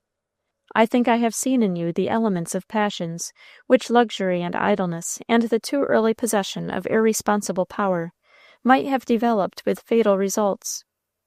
You have simply to reflect whether you would rather be an energetic, intelligent, self-controlled man, capable of guiding the affairs of life and acquiring its prizes, or to be the reverse of all this, with its prizes bought for you by the wealth of parents.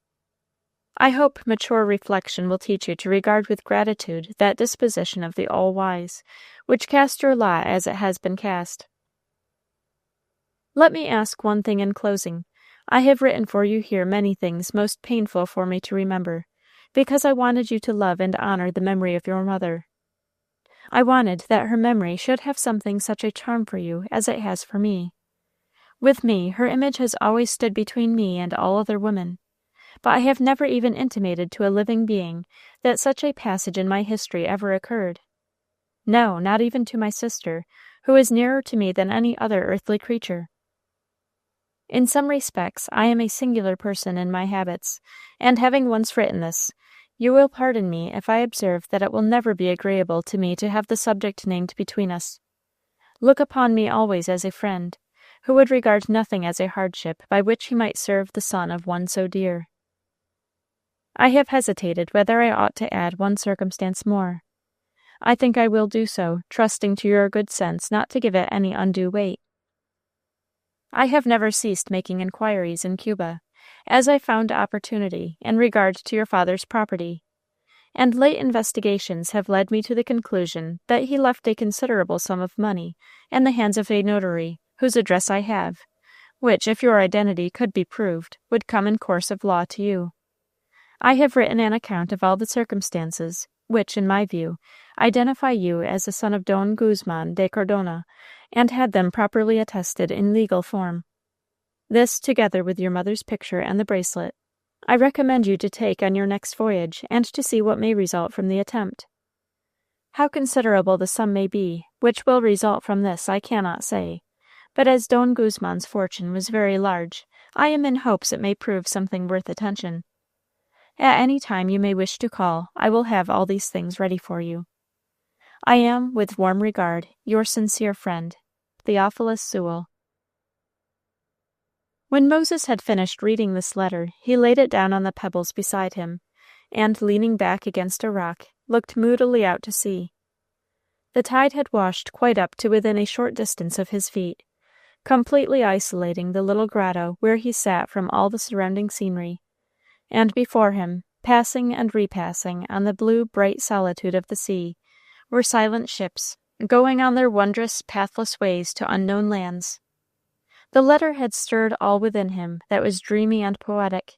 He felt somehow like a leaf torn from a romance, and blown strangely into the hollow of those rocks.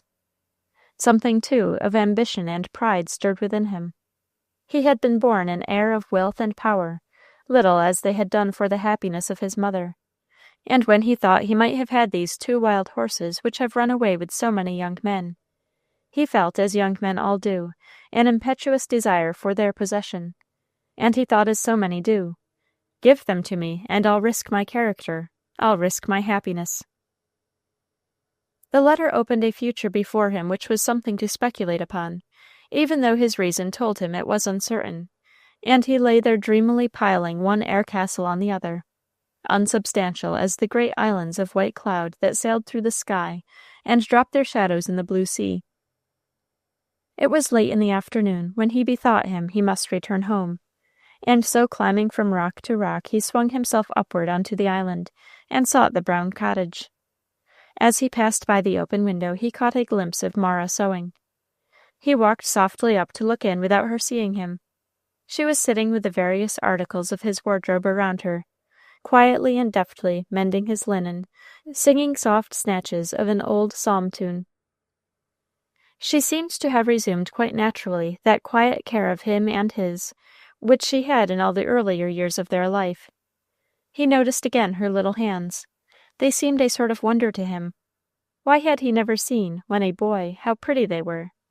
And she had such dainty little ways of taking up and putting down things as she measured and clipped. It seemed so pleasant to have her handling his things. It was as if a good fairy were touching them, whose touch brought back peace. But then, he thought, by and by she will do all this for someone else. The thought made him angry. He really felt abused in anticipation. She was doing all this for him just in sisterly kindness, and likely as not thinking of somebody else whom she loved better all the time. It is astonishing how cool and dignified this consideration made our hero as he faced up to the window.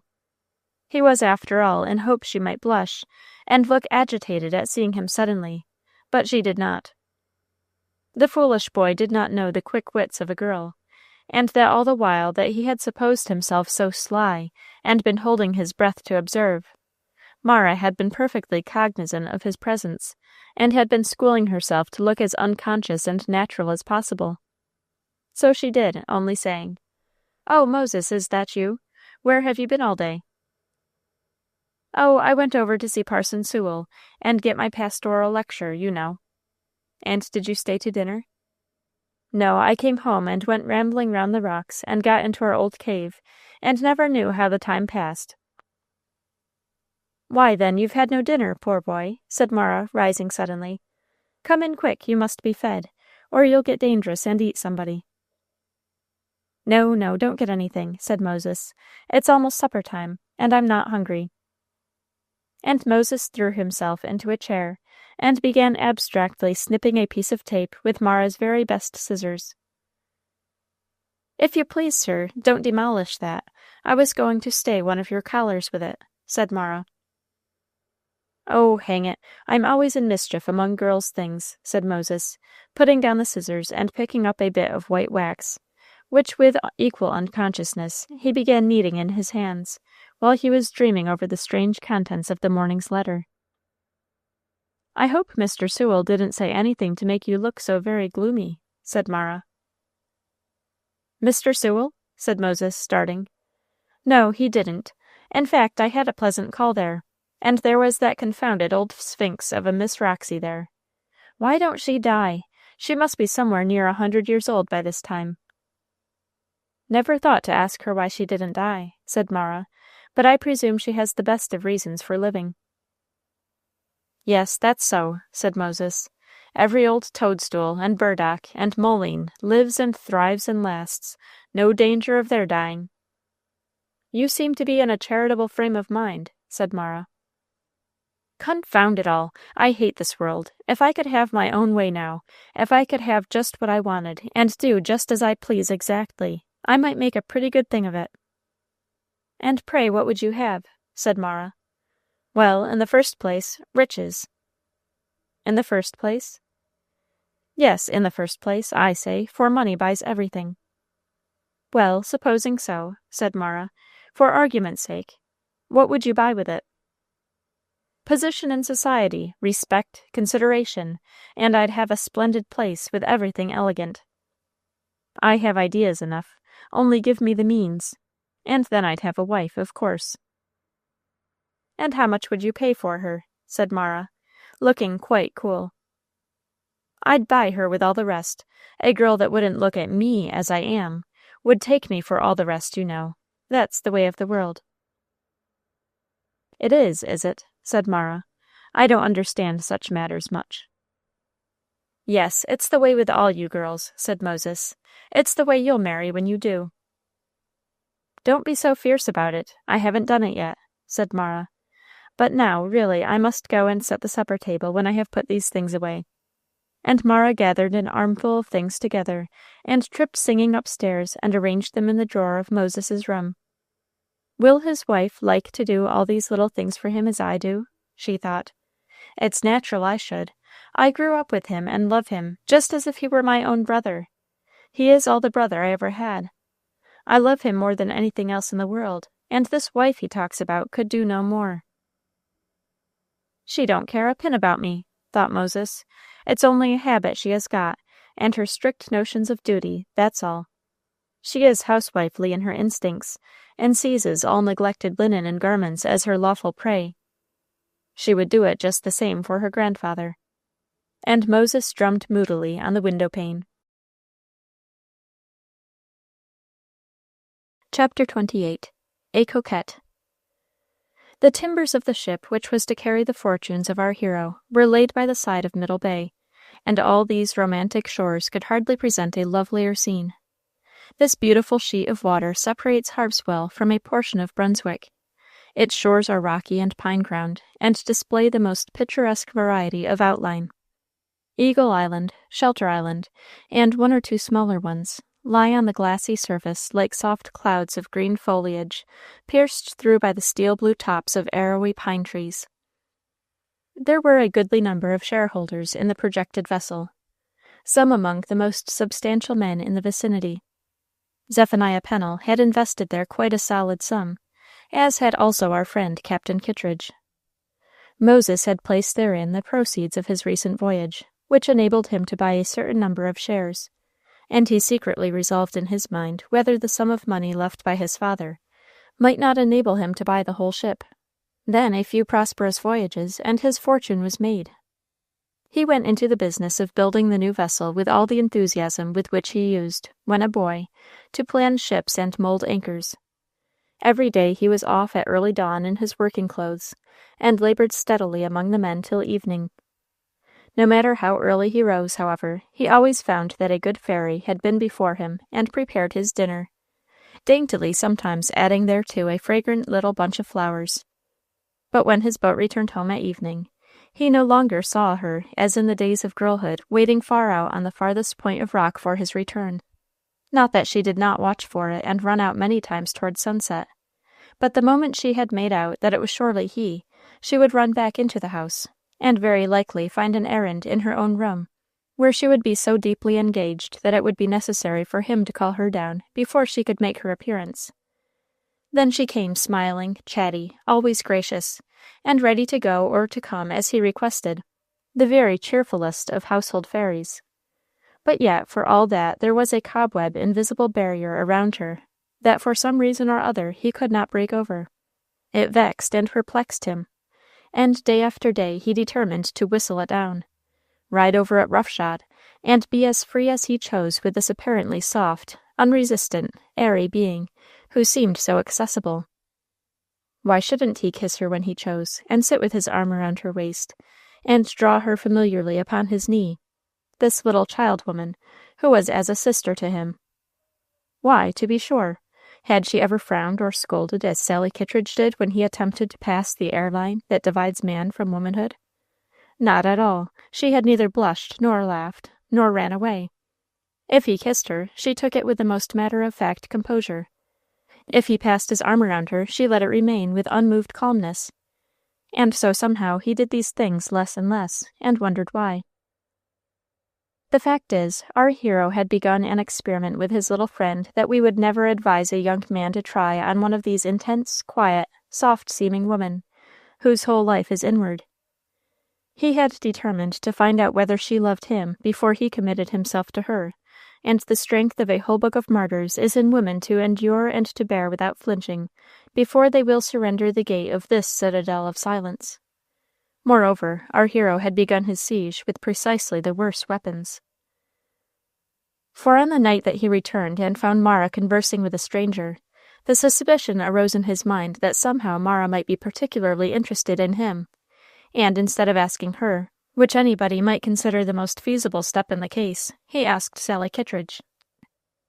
Sally's inborn, inherent love of teasing was up in a moment. Did she know anything of that Mr. Adams? Of course she did, a young lawyer of one of the best Boston families, a splendid fellow. She wished any such luck might happen to her. Was Mara engaged to him? What would he give to know? Why didn't he ask Mara? Did he expect her to reveal her friend's secrets? Well, she shouldn't. Report said Mr. Adams was well-to-do in the world, and had expectations from an uncle. And didn't Moses think he was interesting in conversation? Everybody said what a conquest it was for an Orr's Island girl, etc., etc. And Sally said the rest with many a malicious toss and wink and sly twinkle of the dimples of her cheek, which might mean more or less, as a young man of imaginative temperament was disposed to view it. Now this was all done in pure simple love of teasing. We incline to think phrenologists have as yet been very incomplete in their classification of faculties, or they would have appointed a separate organ for this propensity of human nature. Certain persons, often the most kind-hearted in the world, and who would not give pain in any serious matter, seem to have an insatiable appetite for those small annoyances we commonly denominate teasing, and Sally was one of this number. She diverted herself infinitely in playing upon the excitability of Moses, in awakening his curiosity and baffling it, and tormenting him with a whole phantasmagoria of suggestions and assertions, which played along so near the line of probability that one could never tell which might be fancy and which might be fact. Moses therefore pursued the line of tactics for such cases made and provided, and strove to awaken jealousy in Mara by paying marked and violent attentions to Sally. He went there evening after evening, leaving Mara to sit alone at home. He made secrets with her, and alluded to them before Mara. He proposed calling his new vessel the Sally Kittredge. But whether all these things made Mara jealous or not, he could never determine. Mara had no peculiar gift for acting, except in this one point. But here all the vitality of nature rallied to her support, and enabled her to preserve an air of the most unperceiving serenity. If she shed any tears when she spent a long, lonesome evening, she was quite particular to be looking in a very placid frame when Moses returned, and to give such an account of the books, or the work, or paintings which had interested her, that Moses was sure to be vexed. Never were her inquiries for Sally more cordial. Never did she seem inspired by a more ardent affection for her. Whatever may have been the result of this state of things in regard to Mara, It is certain that Moses succeeded in convincing the common fame of that district that he and Sally were destined for each other, and the thing was regularly discussed at quilting frolics and tea drinkings around, much to Miss Emily's disgust and Aunt Roxy's grave satisfaction, who declared that Mara was altogether too good for Moses Pennel, but Sally Kittredge would make him stand round.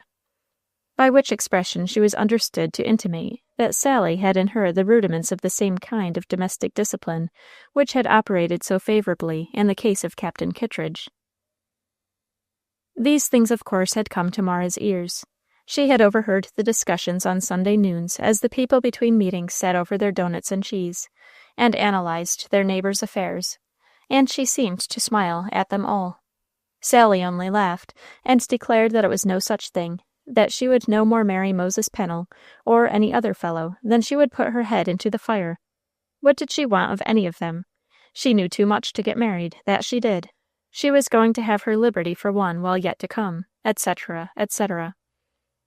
But all these assertions were of course supposed to mean nothing but the usual declarations in such cases. Mara, among the rest, thought it quite likely that this thing was yet to be. So she struggled and tried to reason down a pain which constantly ached in her heart when she thought of this. She ought to have foreseen that it must sometime end in this way. Of course she must have known that Moses would sometime choose a wife, and how fortunate that instead of a stranger he had chosen her most intimate friend. Sally was careless and thoughtless, to be sure, but she had a good, generous heart at the bottom, and she hoped she would love Moses at least as well as she did. And then she would always live with them, and think of any little things that Sally might forget. After all, Sally was so much more capable and efficient a person than herself, so much more bustling and energetic. She would make altogether a better housekeeper, and doubtless a better wife for Moses. But then it was so hard that he did not tell her about it. Was she not his sister, his confidant for all his childhood? And why should he shut up his heart from her now? But then she must guard herself from being jealous. That would be mean and wicked.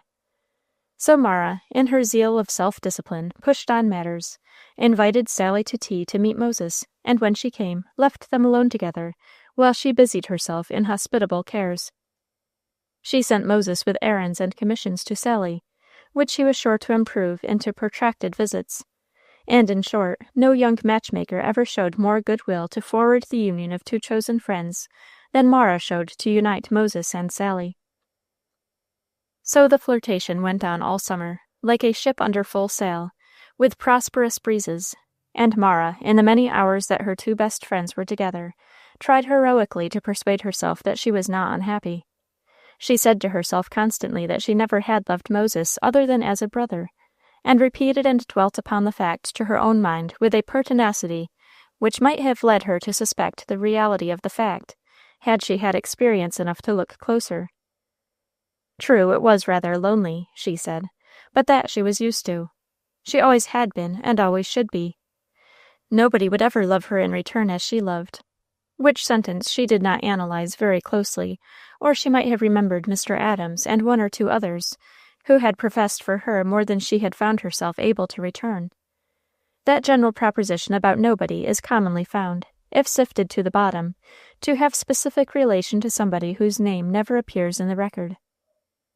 Nobody could have conjectured from Mara's calm, gentle cheerfulness of demeanor that any sorrow lay at the bottom of her heart. She would not have owned it to herself. There are griefs which grow with years, which have no marked beginnings, no especial dates. They are not events, but slow perceptions of disappointment, which bear down on the heart with a constant and equable pressure like the weight of the atmosphere, and these things are never named or counted in words among life's sorrows, yet through them, as through an unsuspected inward wound, life, energy, and vigor slowly bleed away, and the persons, never owning even to themselves the weight of the pressure, standing to all appearance fair and cheerful, are still undermined with a secret wear of this inner current, and ready to fall with the first external pressure. There are persons often brought into near contact by the relations of life, and bound to each other by a love so close that they are perfectly indispensable to each other, yet who act upon each other as a file upon a diamond, by a slow and gradual friction, the pain of which is so equable, so constantly diffused through life, as scarcely ever at any time to force itself upon the mind as a reality. Such had been the history of the affection of Mara for Moses. It had been a deep, inward, concentrated passion that had almost absorbed self-consciousness, and made her keenly alive to all the moody, restless, passionate changes of his nature. It had brought with it that craving for sympathy and return which such love ever will. And yet it was fixed upon a nature so different and so uncomprehending that the action had for years been one of pain more than pleasure. Even now, when she had him at home with her and busied herself with constant cares for him, there was a sort of disturbing, unquiet element in the history of every day. The longing for him to come home at night, the wish that he would stay with her, the uncertainty whether he would or would not go and spend the evening with Sally, the musing during the day over all that he had done and said the day before, were a constant interior excitement. For Moses, besides being in his moods quite variable and changeable, had also a good deal of the dramatic element in him, and put on sundry appearances in the way of experiment. He would fain to have quarrelled with Sally, that he might detect whether Mara would betray some gladness, but she only evinced concern and a desire to make up the difficulty. He would discuss her character and her fitness to make a man happy in matrimony, in the style that young gentlemen use who think their happiness a point of great consequence in the creation. And Mara, always cool and firm and sensible, would talk with him in the most maternal style possible, and caution him against trifling with her affections. Then again, he would be lavish in his praise of Sally's beauty, vivacity, and energy, and Mara would join with the most apparently unaffected delight. Sometimes he ventured, on the other side, to rally her on some future husband, and predict the days when all the attentions which she was daily bestowing on him would be for another. And here, as everywhere else, he found his little sphinx perfectly inscrutable. Instinct teaches the grass-bird, who hides her eggs under long meadow grass, to creep timidly yards from the nest, and then fly up boldly in the wrong place. And a like instinct teaches shy girls all kinds of unconscious stratagems when the one secret of their life is approached. They may be as truthful in all other things as the strictest Puritan, but here they deceive by an infallible necessity. And meanwhile, where was Sally Kittredge in all this matter? Was her heart in the least touched by the black eyes and long lashes? Who can say? Had she a heart? Well, Sally was a good girl.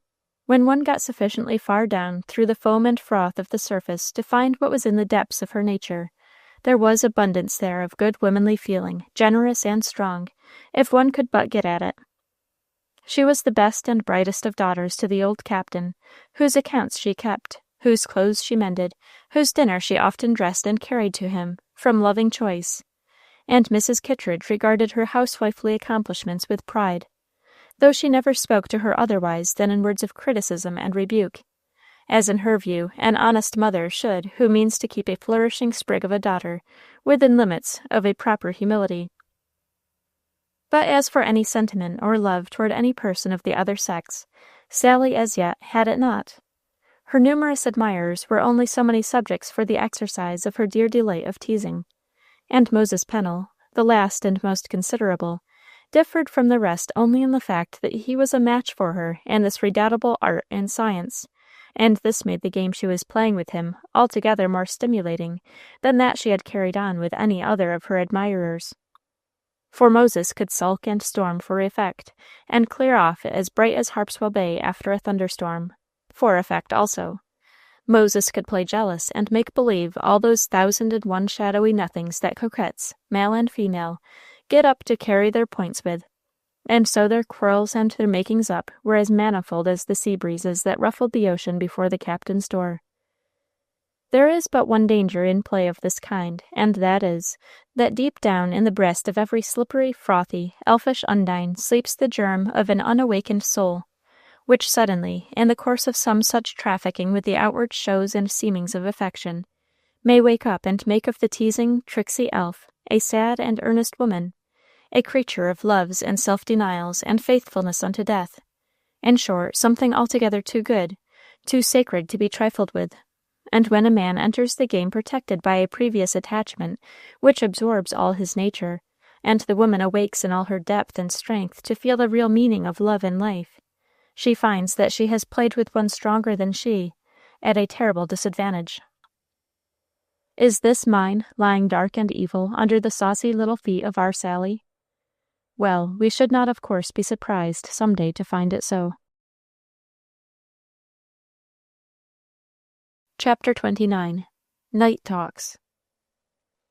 October is come, and among the black glooms of the pine forests flare out the scarlet branches of the rock maple, and the beech groves are all arrayed in gold, through which the sunlight streams in subdued richness. October is come with long, bright, hazy days, swathing in purple mists the rainbow brightness of the forests, and blending the otherwise gaudy and flaunting colors into wondrous harmonies of splendor. And Moses Pennell's ship is all built and ready, waiting only a favorable day for her launching. And just at this moment Moses is sauntering home from Captain Kittredge's in company with Sally, for Mara has sent him to bring her to tea with them.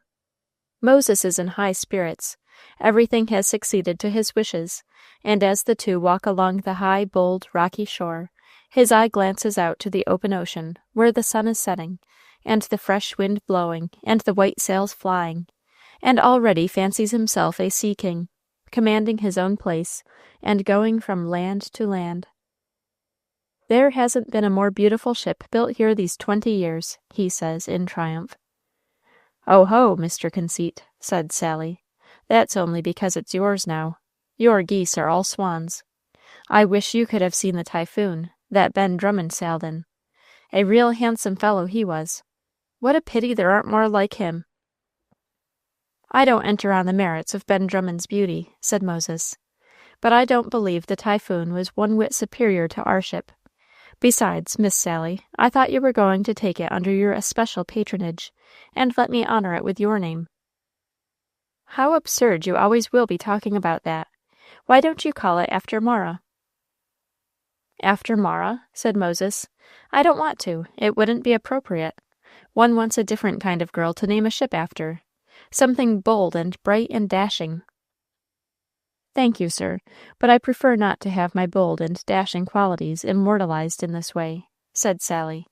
Besides, sir, how do I know that you wouldn't run me on a rock the very first thing? When I give my name to a ship, it must have an experienced commander, she added, maliciously, for she knew that Moses was specially vulnerable on this point. As you please, said Moses with heightened color. Allow me to remark that he who shall ever undertake to command the Sally Kittredge will have need of all his experience, and then perhaps not be able to know the ways of the craft. See him now, said Sally, with a malicious laugh. We are getting wrathy, are we? Not I, said Moses. It would cost altogether too much exertion to get angry at every teasing thing you choose to say, Miss Sally. By and by I shall be gone, and then won't your conscience trouble you? My conscience is all easy, so far as you are concerned, sir. Your self-esteem is too deep-rooted to suffer much from my poor little nips. They produce no more impression than a catbird pecking at the cones of that spruce tree yonder. Now don't you put your hand where your heart is supposed to be. There's nobody at home there, you know. There's Mara coming to meet us, and Sally bounded forward to meet Mara, with all those demonstrations of extreme delight which young girls are fond of showering on each other. It's such a beautiful evening, said Mara, and we are all in such good spirits about Moses's ship, and I told him you must come down and hold counsel with us as to what was to be done about the launching, and the name, you know, that is to be decided on. Are you going to let it be called after you? Not I, indeed. I should always be reading in the papers of horrible accidents that had happened to the Sally Kittredge. Sally has so set her heart on my being unlucky, said Moses, that I believe if I make a prosperous voyage, the disappointment would injure her health. She doesn't mean what she says, said Mara, but I think there are some objections in a young lady's name being given to a ship. Then I suppose, Mara, said Moses, that you would not have yours either? I would be glad to accommodate you in anything but that, said Mara, quietly. But she added, Why need the ship be named for anybody? A ship is such a beautiful, graceful thing. It should have a fancy name. Well, suggest one, said Moses. Don't you remember, said Mara. "One Saturday afternoon, when you and Sally and I launched your little ship down in the cove after you had come from your first voyage at the Banks?" "I do," said Sally. "We called that the Ariel, Mara, after that old torn play you were so fond of. That's a pretty name for a ship." "Why not take that?" said Mara. "I bow to the decree," said Moses. "The Ariel it shall be." "Yes, and you remember," said Sally, "Mr. Moses here promised at that time that he would build a ship, and take us two round the world with him." Moses's eyes fell upon Mara as Sally said these words with a sort of sudden earnestness of expression which struck her. He was really feeling very much about something, under all the bantering disguise of his demeanor, she said to herself. Could it be that he felt unhappy about his prospects with Sally? That careless liveliness of hers might wound him perhaps now, when he felt that he was soon to leave her. Mara was conscious herself of a deep undercurrent of sadness as the time approached for the ship to sail that should carry Moses from her, and she could not but think some such feeling must possess her mind.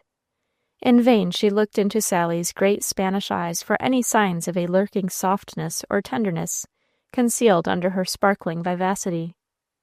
Sally's eyes were admirable windows of exactly the right size and color for an earnest, tender spirit to look out of. But just now there was nobody at the casement but a slippery elf peering out in tricksy defiance. When the three arrived at the house, tea was waiting on the table for them. Mara fancied that Moses looked sad and preoccupied as they sat down to the tea-table, which Mrs. Pennel had set forth festively, with the best china and the finest tablecloth and the choicest sweetmeats. In fact, Moses did feel that sort of tumult and upheaving of the soul which a young man experiences when the great crisis comes, which is to plunge him into the struggles of manhood. It is a time when he wants sympathy, and is grated upon by uncomprehending merriment, and therefore his answers to Sally grew brief and even harsh at times, and Mara sometimes perceived him looking at herself with a singular fixedness of expression, though he withdrew his eyes whenever she turned hers to look on him. Like many another little woman, she had fixed a theory about her friends, into which she was steadily interweaving all the facts she saw. Sally must love Moses, because she had known her from childhood as a good and affectionate girl, and it was impossible that she could have been going on with Moses as she had for the last 6 months without loving him. She must evidently have seen that he cared for her, and in how many ways had she shown that she liked his society and him? But then, evidently, she did not understand him, and Mara felt a little womanly self-pluming on the thought that she knew him so much better. She was resolved that she would talk with Sally about it, and show her that she was disappointing Moses and hurting his feelings. Yes, she said to herself, Sally has a kind heart, and her coquettish desire to conceal from him the extent of her affection ought now to give way to the outspoken tenderness of real love. So Mara pressed Sally with the old-times request to stay and sleep with her, for these two, the only young girls in so lonely a neighborhood, had no means of excitement or dissipation beyond this occasional sleeping together, by which is meant, of course, lying awake all night talking. When they were alone together in their chamber, Sally let down her long black hair, and stood with her back to Mara brushing it. Mara sat looking out of the window, where the moon was making a wide sheet of silver sparkling water. Everything was so quiet that the restless dash of the tide could be plainly heard. Sally was rattling away with her usual gaiety. "And so the launching is to come off next Thursday. What shall you wear?" "I'm sure I haven't thought," said Mara. "Well, I shall try and finish my blue merino for the occasion.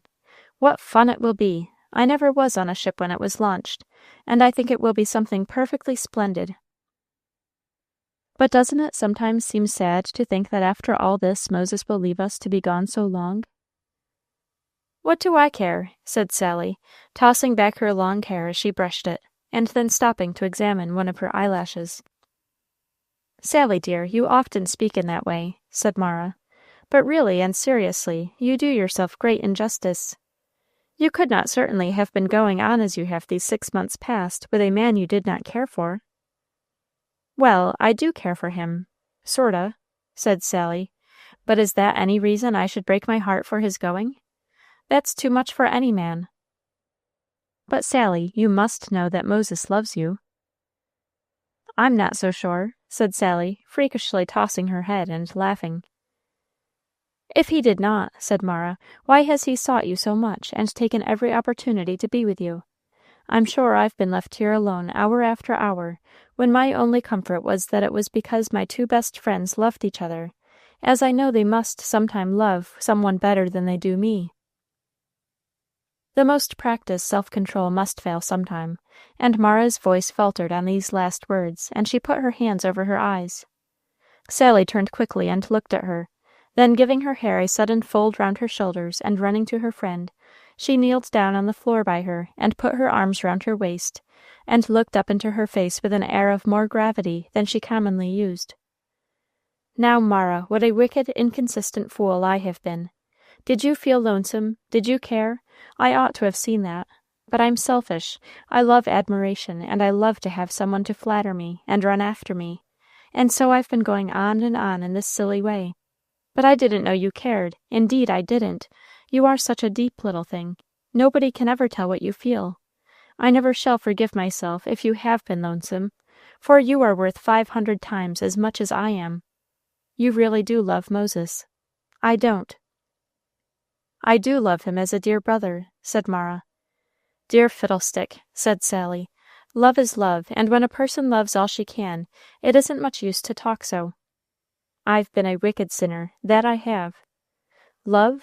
Do you suppose I would bear with Moses Pennel all his ins and outs and ups and downs, and be always putting him before myself in everything, as you do? No, I couldn't. I haven't it in me, but you have. He's a sinner too, and deserves to get me for a wife.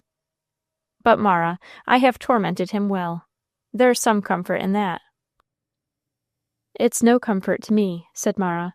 "I see his heart is set on you. The happiness of his life depends on you, and that he is pained and hurt when you give him only cold, trifling words, when he needs real, true love. It is a serious thing, dear, to have a strong man set his whole heart on you. It will do him a great good, or a great evil, and you ought not to make light of it." "Oh, pshaw, Mara, you don't know these fellows. They are only playing games with us. If they once caught us, they have no mercy, and for one, here's a child that isn't going to be caught. I can see plain enough that Moses Pennel has been trying to get me in love with him, but he doesn't love me." "No, he doesn't," said Sally, reflectively. "He only wants to make a conquest of me, and I'm just the same. I want to make a conquest of him. At least I have been wanting to. But now I see it's a false, wicked kind of way to do as we've been doing." "And is it really possible, Sally, that you don't love him?" said Mara, her large, serious eyes looking into Sally's. "What, to be with him so much, seem to like him so much? Look at him as I have seen you do, and not love him?" "I can't help my eyes, they will look so," said Sally, hiding her face in Mara's lap with a sort of coquettish consciousness. "I tell you I've been silly and wicked, but he's just the same exactly." "And you have worn his ring all summer?" "Yes, and he has worn mine, and I have a lock of his hair, and he has a lock of mine. Yet I don't believe he cares for them a bit. Oh, his heart is safe enough. If he has any, it isn't with me. That I know." "But if you found it were, Sally, suppose you found that, after all, you were the one love and hope of his life, that all he was doing and thinking was for you, that he was laboring and toiling and leaving home so that he might some day offer you a heart and home and be your best friend for life. Perhaps he dares not tell you how he really does feel." "It's no such thing, it's no such thing," said Sally, lifting up her head with her eyes full of tears, which she dashed angrily away. "What am I crying for? I hate him. I'm glad he's going away. Lately it has been such a trouble to me to have things go on so. I'm really getting to dislike him. You are the one he ought to love. Perhaps all this time you are the one he does love," said Sally, with a sudden energy, as if a new thought had dawned in her mind. "Oh, no, he does not even love me as he once did when we were children," said Mara. "He is so shut up in himself, so reserved, I know nothing about what passes in his heart." "No more does anybody," said Sally. "Moses Pennel isn't one that says and does things straightforward because he feels so, But he says and does them to see what you will do. That's his way. Nobody knows why he has been going on with me as he has. He has had his own reasons, doubtless, as I have had mine." "He has admired you very much, Sally," said Mara, "and praised you to me very warmly. He thinks you are so handsome. I could tell you ever so many things he has said about you. He knows as I do that you are a more enterprising, practical sort of body than I am, too. Everybody thinks you are engaged. I have heard of it spoken of everywhere." "Everybody is mistaken, then, as usual," said Sally. Perhaps Aunt Roxy was in the right of it when she said that Moses would never be in love with anybody but himself. "Aunt Roxy has always been prejudiced and unjust to Moses," said Mara, her cheeks flushing. "She never liked him from a child, and she can never be made to see anything good in him. I know that he has a deep heart, a nature that craves affection and sympathy, and it is only because he is so sensitive that he is so reserved, and conceals his feelings so much. He has a noble, kind heart, and I believe he truly loves you, Sally. It must be so." Sally rose from the floor and went on arranging her hair without speaking. Something seemed to disturb her mind. She bit her lip, and threw down the brush and comb violently. In the clear depths of the little square of looking-glass a face looked into hers, whose eyes were perturbed as if with the shadows of some coming inward storm. The black brows were knit, and the lips quivered. She drew a long breath and burst out into a loud laugh. "What are you laughing at now?" said Mara, who stood in her white nightdress by the window, with her hair falling in golden waves about her face. "Oh, because these fellows are so funny," said Sally. "It's such fun to see their actions. Come now," she added, turning to Mara, "don't look so grave and sanctified. It's better to laugh than cry about things any time. It's a great deal better to be made hard-hearted like me, and not care for anybody, than to be like you, for instance. The idea of any one's being in love is the drollest thing to me. I haven't the least idea how it feels. I wonder if I ever shall be in love." "It will come to you in its time, Sally." "Oh, yes, I suppose like the chicken pox or the whooping cough," said Sally. "One of the things to be gone through with, and rather disagreeable while it lasts. So I hope to put it off as long as possible." "Well, come," said Mara, "we must not sit up all night." After the two girls were nestled into bed, and the light out, instead of the brisk chatter, there fell a great silence between them. The full round moon cast the reflection of the window on the white bed, and the ever restless moan of the sea became more audible in the fixed stillness. The two faces, both young and fair, yet so different in their expression, lay each still on its pillow, their wide-open eyes gleaming out in the shadow like mystical gems. Each was breathing softly, as if afraid of disturbing the other. At last Sally gave an impatient movement. "How lonesome the sea sounds in the night," she said. "I wish it would ever be still." "I like to hear it," said Mara. "When I was in Boston, for a while I thought I could not sleep, I used to miss it so much." There was another silence, which lasted so long that each girl thought the other asleep, and moved softly. But at a restless movement from Sally, Mara spoke again. "Sally, you asleep?" "No, I thought you were." "I wanted to ask you," said Mara, "did Moses ever say anything to you about me? You know I told you how much he said about you." "Yes, he asked me once if you were engaged to Mr. Adams." "And what did you tell him?" said Mara, with increasing interest. "Well, I only plagued him. I sometimes made him think you were, and sometimes that you were not, and then again that there was a deep mystery in hand. But I praised and glorified Mr. Adams, and told him what a splendid match it would be, and put on any little bits of embroidery here and there that I could lay hands on. I used to make him sulky and gloomy for a whole evening sometimes. In that way it was one of the best weapons I had." "Sally, what does make you love to tease people so?" said Mara. "Why, you know the hymn says, 'Let dogs delight to bark and bite, for God hath made them so. Let bears and lions growl and fight, for 'tis their nature too.' That's all the account I can give of it." "But," said Mara, "I never can rest easy a moment when I see I am making a person uncomfortable." "Well, I don't tease anybody but the men. I don't tease father or mother or you, but men are fair game. They are such thummy, blundering creatures, and we can confuse them so. Take care, Sally. It's playing with edge-tools. You may lose your heart some day in this kind of game. Never you fear, said Sally. But aren't you sleepy? Let's go to sleep. Both girls turned their faces resolutely in opposite directions, and remained for an hour with their large eyes looking out into the moonlit chamber, like the fixed stars over Harpswell Bay. At last, sleep drew softly down the fringy curtains. Chapter 30. The Launch of the Ariel. In the plain, simple regions we are describing, where the sea is the great avenue of active life, and the pine forests are the great source of wealth, shipbuilding is an engrossing interest, and there is no fate that calls forth the community like the launching of a vessel. And no wonder, for what is there belonging to this workaday world of ours that has such a never-failing fund of poetry and grace as a ship? A ship is a beauty and a mystery wherever we see it. Its white wings touch the regions of the unknown and the imaginative.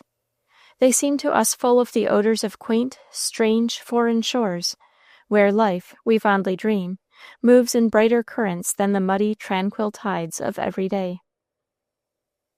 Who sees that one bound outward, with her white breasts swelling and heaving, as if with a reaching expectancy, does not feel his own heart swell with a longing impulse to go with her to the far-off shores? Even at dingy, crowded wharves, amid the stir and tumult of great cities, the coming in of a ship is an event that never can lose its interest. But on these romantic shores of Maine, where all is so wild and still, and the blue sea lies embraced in the arms of dark, solitary forests, the sudden incoming of a ship from a distant voyage is a sort of romance. Who that has stood by the blue waters of Middle Bay, engirdled as it is by soft slopes of green farming land, interchanged here and there with heavy billows of forest trees, or rocky pine-crowned promontories, has not felt that sense of seclusion and solitude which is so delightful? And then what a wonder! There comes a ship from China, drifting in like a white cloud. The gallant creature! How the waters hiss and foam before her! With what a great, free, generous splash she throws out her anchors, as if she said a cheerful well done to some glorious work accomplished. The very life and spirit of strange romantic lands come with her. Suggestions of sandalwood and spice breathe through the pine woods. She is an oriental queen, with hands full of mystical gifts. All her garments smell of myrrh and cassia out of the ivory palaces whereby they have made her glad. No wonder men have loved ships like birds, and that there have been found brave, rough hearts that in fatal wrecks chose rather to go down with their ocean love than to leave her in the last throes of her death agony. A shipbuilding, a ship-sailing community, has an unconscious poetry ever underlying its existence. Exotic ideas from foreign lands relieve the trite monotony of life. The shipowner lives in communion with the whole world, and is less likely to fall into the petty commonplaces that infest the routine of inland life. Never arose a clearer or lovelier October morning than that which was to start the Ariel on her watery pilgrimage. Moses had risen while the stars were yet twinkling over their own images in Middle Bay, to go down and see that everything was right. And in all the houses that we know in the vicinity, everybody woke with one thought of being ready to go to the launching. Mrs. Pennel and Mara were also up by starlight, busy over the provisions for the ample cold collation that was to be spread in a barn adjoining the scene, the materials for which they were packing into baskets covered with nice clean linen cloths, ready for the little sailboat which lay within a stone's throw of the door in the brightening dawn, her white sails looking rosy in the advancing light. It had been agreed that the Pennels and the Kittredges should cross together in this boat with their contributions of good cheer. The Kittredges, too, had been astir with the dawn, intent on their quota of the festive preparations, in which Dame Kittredge's housewifely reputation was involved, for it had been a disputed point in the neighborhood whether she or Mrs. Pennel made the best doughnuts, and of course, with this fact before her mind, her efforts in this line had been all but superhuman. The captain skipped in and out in high feather, occasionally pinching Sally's cheek, and asking if she were going as captain or mate upon the vessel after it was launched, for which he got in return a fillip of his sleeve or a sly twitch of his coat-tails. For Sally and her old father were on romping terms with each other from early childhood, a thing which drew frequent lectures from the always exhorting Mrs. Kittredge. "Such levity," she said, as she saw Sally in full chase after his retreating figure, in order to be revenged for some sly allusions he had whispered in her ear. "Sally Kittredge, Sally Kittredge," she called, "come back this minute. What are you about? I should think your father was old enough to know better." "Lawful sakes, Polly, it kind o' renews one's youth to get a new ship done," said the captain, skipping in at another door. "Sort o' puts me in mind o' that I went out cap'enin' in when I was jist beginning to court you, as somebody else is courtin' our Sally here." "Now, father," said Sally threateningly, "what did I tell you?" "It's really lemoncolly," said the captain, "to think how it does distress gals to talk to 'em about the fellers when they ain't thinkin' o' nothin' else all the time. They can't even laugh without saying, 'He, he, he.' Now, father, you know I've told you 500 times that I don't care a cent for Moses Pennel, that he's a hateful creature," said Sally, looking very red and determined. "Yes, yes," said the captain, "I take that ar's the reason you've been a-wearin' the ring he gin you, and them ribbons you got on your neck this blessed minute, and why you've giggled off to singin' school, and Lord knows where with him all summer. That ar's clear now."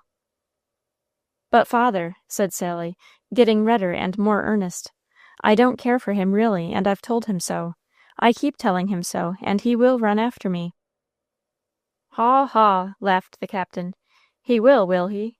Just so, Sally. That ar's just the way your ma there talked to me, and it kind o' 'couraged me along. I knew that gals always has to be read back'ard, just like the writin' in the Barbary States." "Captain Kittredge, will you stop such ridiculous talk," said his helpmeet, "and jist carry this 'ere basket of cold chicken down to the landin' agin the Pennels come round in the boat. You must step spry, for there's 2 more baskets a-comin'."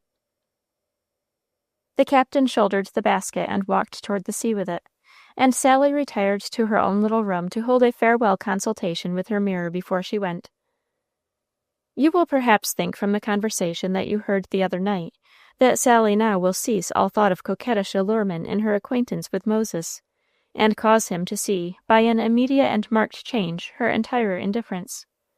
Probably, as she stands thoughtfully before her mirror, she is meditating on the propriety of laying aside the ribbons he gave her. Perhaps she will alter that arrangement of her hair, which is one that he himself particularly dictated, as most becoming to the character of her face.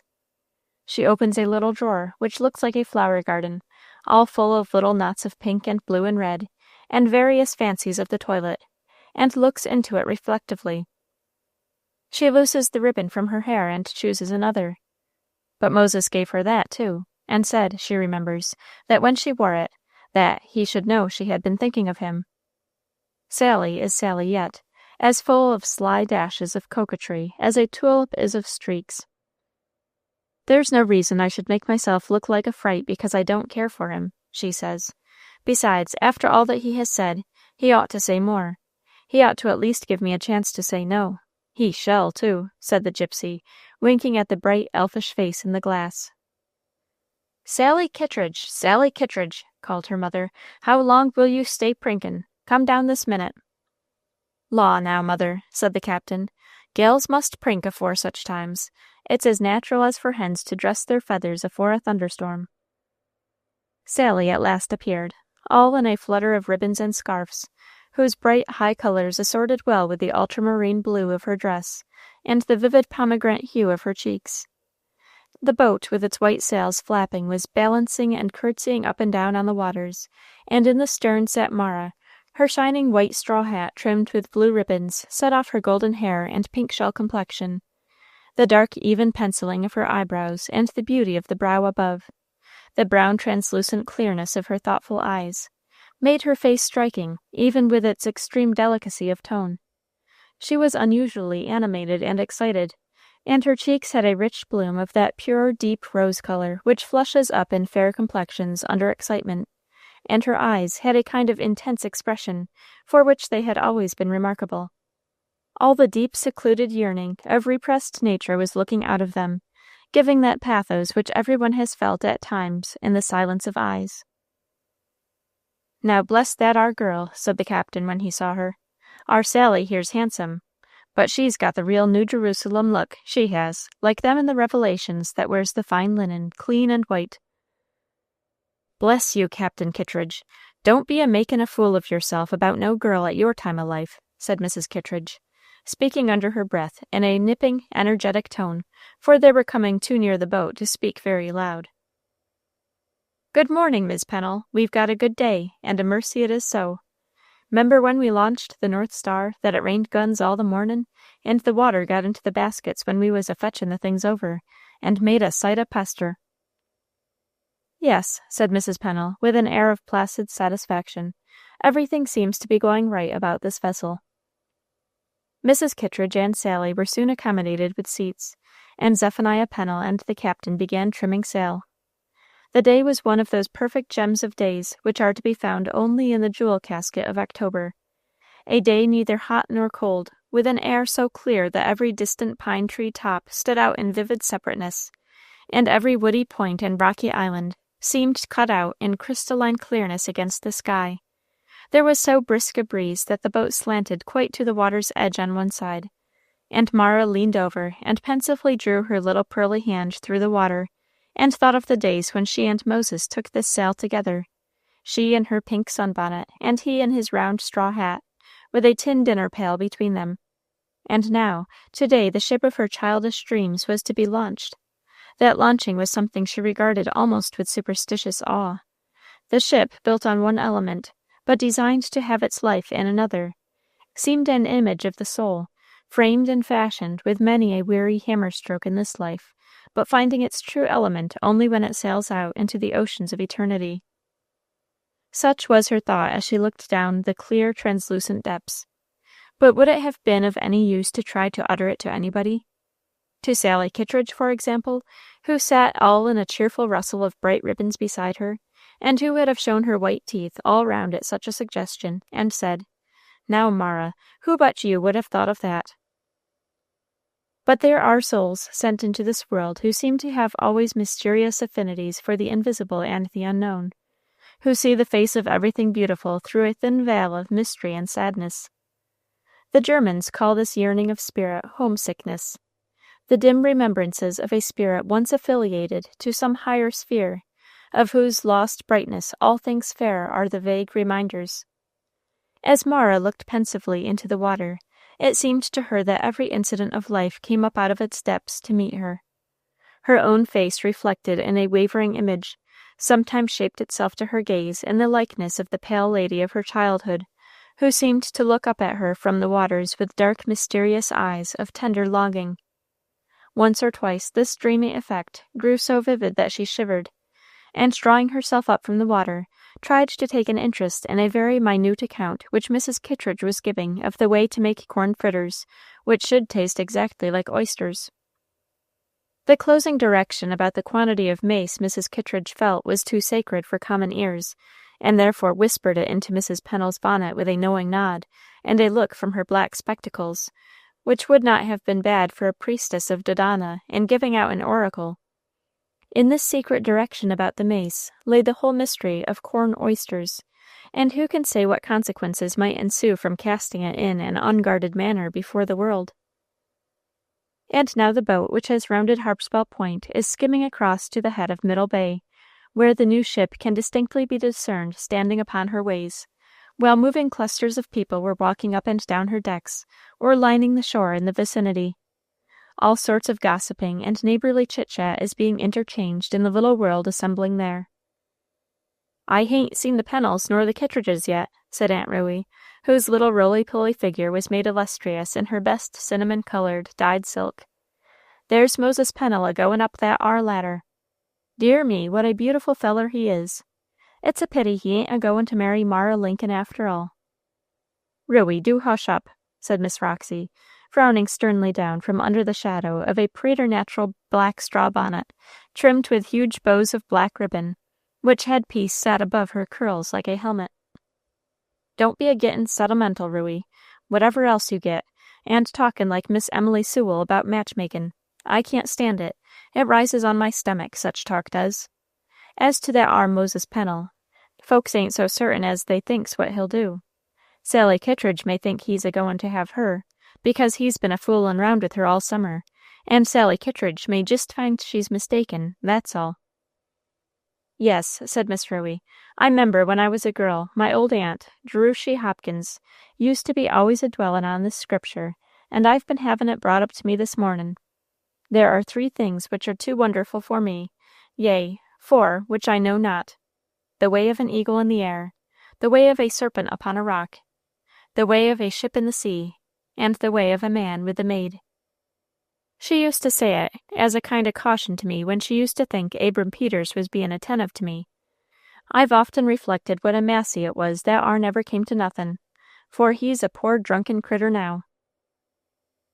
"Well, for my part," said Miss Roxy, fixing her eyes critically on the boat that was just at the landing, "I should say the ways of a maid with a man was full as particular as any of the rest of 'em. Do look at Sally Kittredge now. There's Tom Here's a helpin' her out of the boat, and did you see the look she gin Moses Pennel as she went by him? Well, Moses has got Mara on his arm anyhow. There's a gal worth 26 of the other.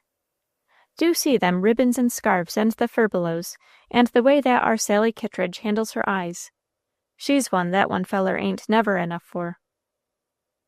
Mara's heart beat fast when the boat touched the shore, and Moses and 1 or 2 other young men came to assist in their landing.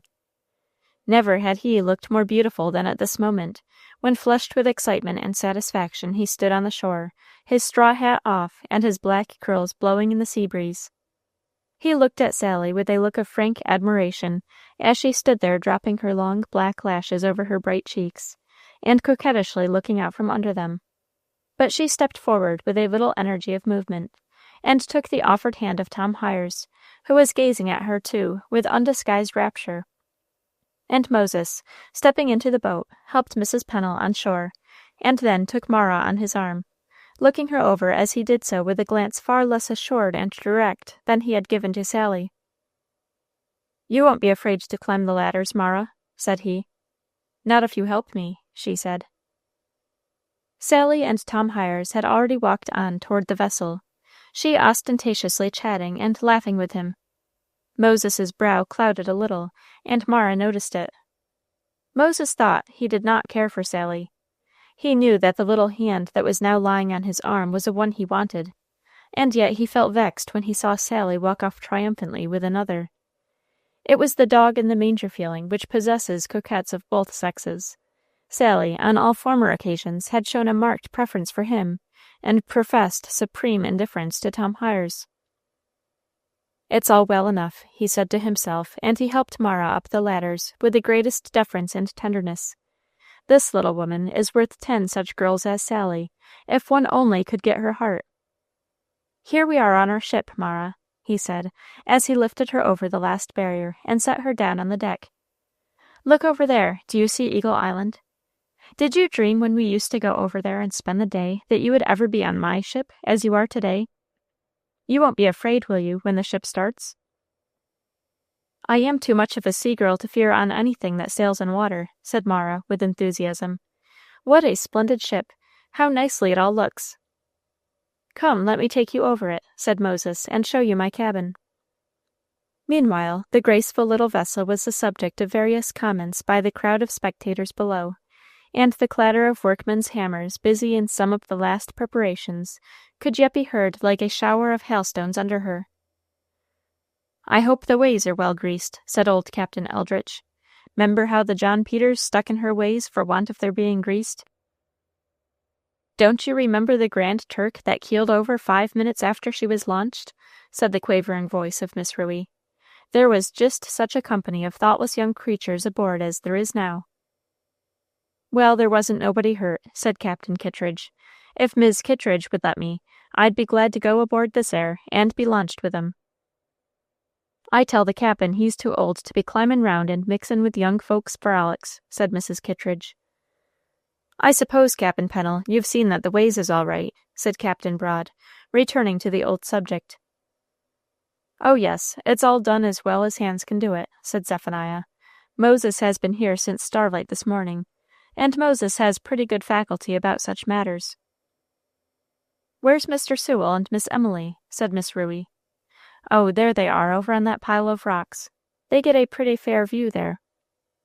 Mr. Sewell and Miss Emily were sitting under a cedar tree, with 2 or 3 others, on a projecting point whence they could have a clear view of the launching.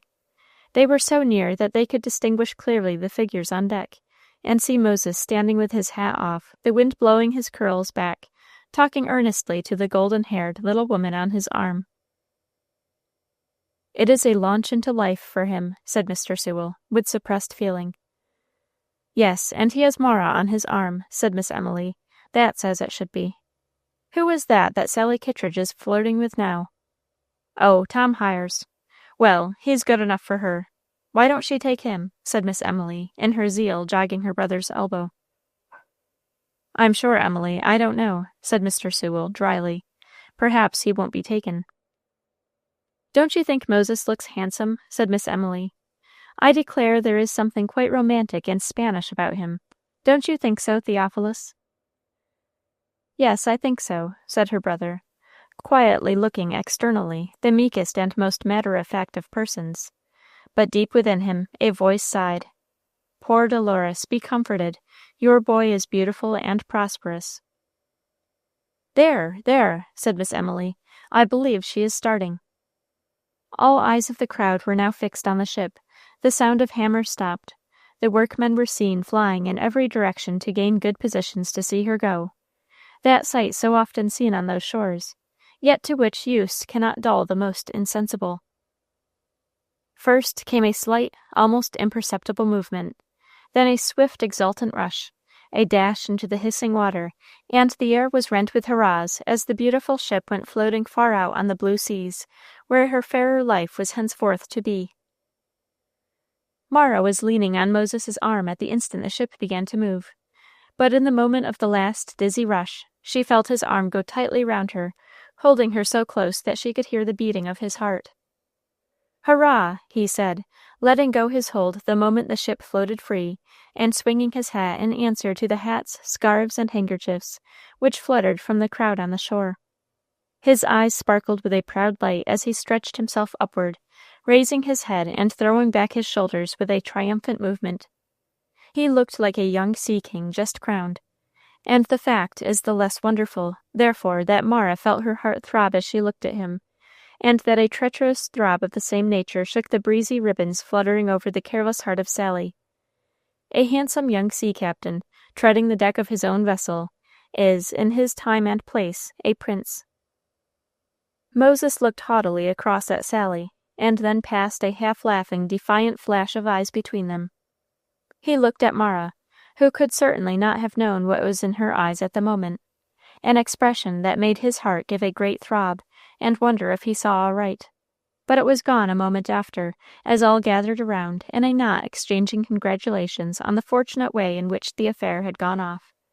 Then came the launching in boats to go back to the collation on shore, where were high merrymakings for the space of 1 or 2 hours, and thus was fulfilled the first part of Moses Pennell's Saturday afternoon prediction. Chapter 31. Greek meets Greek. Moses was now within a day or 2 of the time of his sailing, and yet the distance between him and Mara seemed greater than ever. It is astonishing, when 2 people are once started on a wrong understanding with each other, how near they may live, how intimate they may be, how many things they may have in common, how many words they may speak, yet how closely they may seem to simulate intimacy, confidence, friendship, while yet there lies a gulf between them that neither crosses, a reserve that neither explores. Like most shy girls, Mara became more shy the more really she understood the nature of her own feelings. The conversation with Sally had opened her eyes to the secret of her own heart, and she had a guilty feeling as if what she had discovered must be discovered by every one else. Yes, it was clear she loved Moses in a way that made him, she thought, more necessary to her happiness than she could ever be to his. in a way that made it impossible to think of him as wholly and for life devoted to another, without a constant inner conflict. In vain had been all her little stratagems practiced upon herself the whole summer long, to prove to herself that she was glad that the choice had fallen upon Sally. She saw clearly enough now that she was not glad, that there was no woman or girl living, however dear, who could come for life between him and her, without casting on her heart the shuddering sorrow of a dim eclipse. But now the truth was plain to herself. Her whole force was directed toward the keeping of her secret.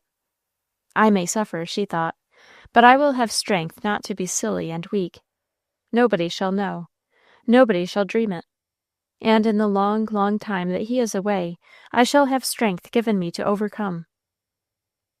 So Mara put on her most cheerful and matter-of-fact kind of face, and plunged into the making of shirts and knitting of stockings, and talked of the coming voyage with such a total absence of any concern, that Moses began to think, after all, there could be no depth to her feelings, or that the deeper ones were all absorbed by someone else. "You really seem to enjoy the prospect of my going away," said he to her, one morning, as she was energetically busying herself with her preparations. "Well, of course, you know your career must begin. You must make your fortune. And it is pleasant to think how favorably everything is shaping for you." "One likes, however, to be a little regretted," said Moses, in a tone of pique. A little regretted. Mara's heart beat at these words, but her hypocrisy was well practiced. She put down the rebellious throb, and assuming a look of open, sisterly friendliness, said quite naturally, "Why, we shall all miss you, of course." "Of course," said Moses, "one would be glad to be missed some other way than of course." "Oh, as to that, make yourself easy," said Mara. "We shall all be dull enough when you are gone to content the most exacting." Still she spoke, not stopping her stitching, and raising her soft brown eyes with a frank, open look into Moses's. No tremor, not even of an eyelid. "You men must have everything," she continued gaily, "the enterprise, the adventure, the novelty, the pleasure of feeling that you are something, and can do something in the world. And besides all this, you want the satisfaction of knowing that we women are following in chains behind your triumphal car." There was a dash of bitterness in this, which was a rare ingredient in Mara's conversation. Moses took the word. "And you women sit easy at home, sewing and singing and forming romantic pictures of our life as like its homely reality as romances generally are to reality. And while we are off in the hard struggle for position and the means of life, you hold your hearts ready for the first rich man that offers a fortune ready-made." "The first?" said Mara. "Oh, you naughty! Sometimes we try 2 or 3. "Well, then, I suppose this is from one of them," said Moses, flapping down a letter from Boston, directed in a masculine hand, which he had got at the post office that morning. Now Mara knew that this letter was nothing in particular, but she was taken by surprise, and her skin was delicate as peach blossom, and so she could not help a sudden blush, which rose even to her golden hair, vexed as she was to feel it coming. She put the letter quietly in her pocket, and for a moment seemed too discomposed to answer. "You do well to keep your own counsel," said Moses. "No friend so near as oneself is a good maxim. One does not expect young girls to learn it so early, but it seems they do." "And why shouldn't they as well as young men?" said Mara. "Confidence begets confidence, they say." "I have no ambition to play confidant," said Moses, "although as one who stands to you in the relation of older brother and guardian, and just on the verge of a long voyage, I might be supposed anxious to know." "And I have no ambition to be confidant," said Mara, all her spirit sparkling in her eyes, "although when one stands to you in the relation of an only sister, I might be supposed perhaps to feel some interest to be in your confidence." The words older brother and only sister grated on the ears of both the combatants as a decisive sentence. Mara never looked so pretty in her life, for the whole force of her being was awake, glowing and watchful, to guard passage, door, and window of her soul, that no treacherous hint might escape. Had he not just reminded her that he was only an older brother? And what would he think if he knew the truth? And Moses thought the words "only sister" unequivocal declaration of how the matter stood in her view, and so he rose and saying, "I won't detain you longer from your letter," took his hat and went out. "Are you going down to Sally's?" said Mara, coming to the door and looking out after him. "Yes." "Well, ask her to come home with you and spend the evening. I have ever so many things to tell her." "I will," said Moses, as he lounged away. "The thing is clear enough," said Moses to himself. "Why should I make a fool of myself any further? What possesses us men always to set our hearts precisely on what isn't to be had? There's Sally Kittredge likes me, I can see that plainly enough, for all her mincing. And why couldn't I have had the sense to fall in love with her? She will make a splendid, showy woman. She has talent and tact enough to rise to any position I may rise to, let me rise as high as I will. She will always have skill and energy in the conduct of life, and when all the froth and foam of youth has subsided, she will make a noble woman. Why, then, do I cling to this fancy? I feel that this little flossy cloud, this delicate, quiet little puff of thistledown, on which I have set my heart, is the only thing for me, and that without her my life will always be incomplete. I remember all our early life. It was she who sought me and ran after me. And where has all that love gone to? Gone to this fellow, that's plain enough. When a girl like her is so comfortably cool and easy, it's because her heart is off somewhere else. This conversation took place about 4 o'clock in as fine an October afternoon as you could wish to see. The sun sloping westward turned to gold the thousand blue scales of the ever-heaving sea, and soft pine-scented winds were breathing everywhere through the forests, waving the long, swaying films of heavy moss, and twinkling the leaves of the silver birches that fluttered through the leafy gloom. The moon, already in the sky, gave promise of a fine moonlight night, and the wild and lonely stillness of the island, and the thoughts of leaving in a few days, all conspired to foster the restless excitement in our hero's mind into a kind of romantic unrest. Now, in some such states, a man disappointed in one woman will turn to another, because in a certain way and measure her presence stills the craving and fills the void. It is a sort of supposititious courtship, a saying to one woman who is sympathetic and receptive the words of longing and love that another will not receive. To be sure, it is a game unworthy of any true man, a piece of sheer, reckless, inconsiderate selfishness. But men do it, as they do many other unworthy things, from the mere promptings of present impulse, and let consequences take care of themselves. Moses met Sally that afternoon in just the frame to play the lover in this hypothetical, supposititious way, with words and looks and tones that came from feelings given to another. And as to Sally? Well, for once, Greek met Greek, for although Sally, as we showed her, was a girl of generous impulses, she was yet in no danger of immediate translation on account of superhuman goodness.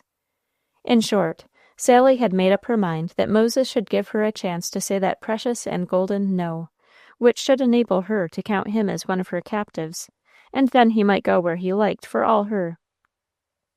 So said the wicked elf, as she looked into her own great eyes in the little square of mirror, shaded by a misty asparagus bush.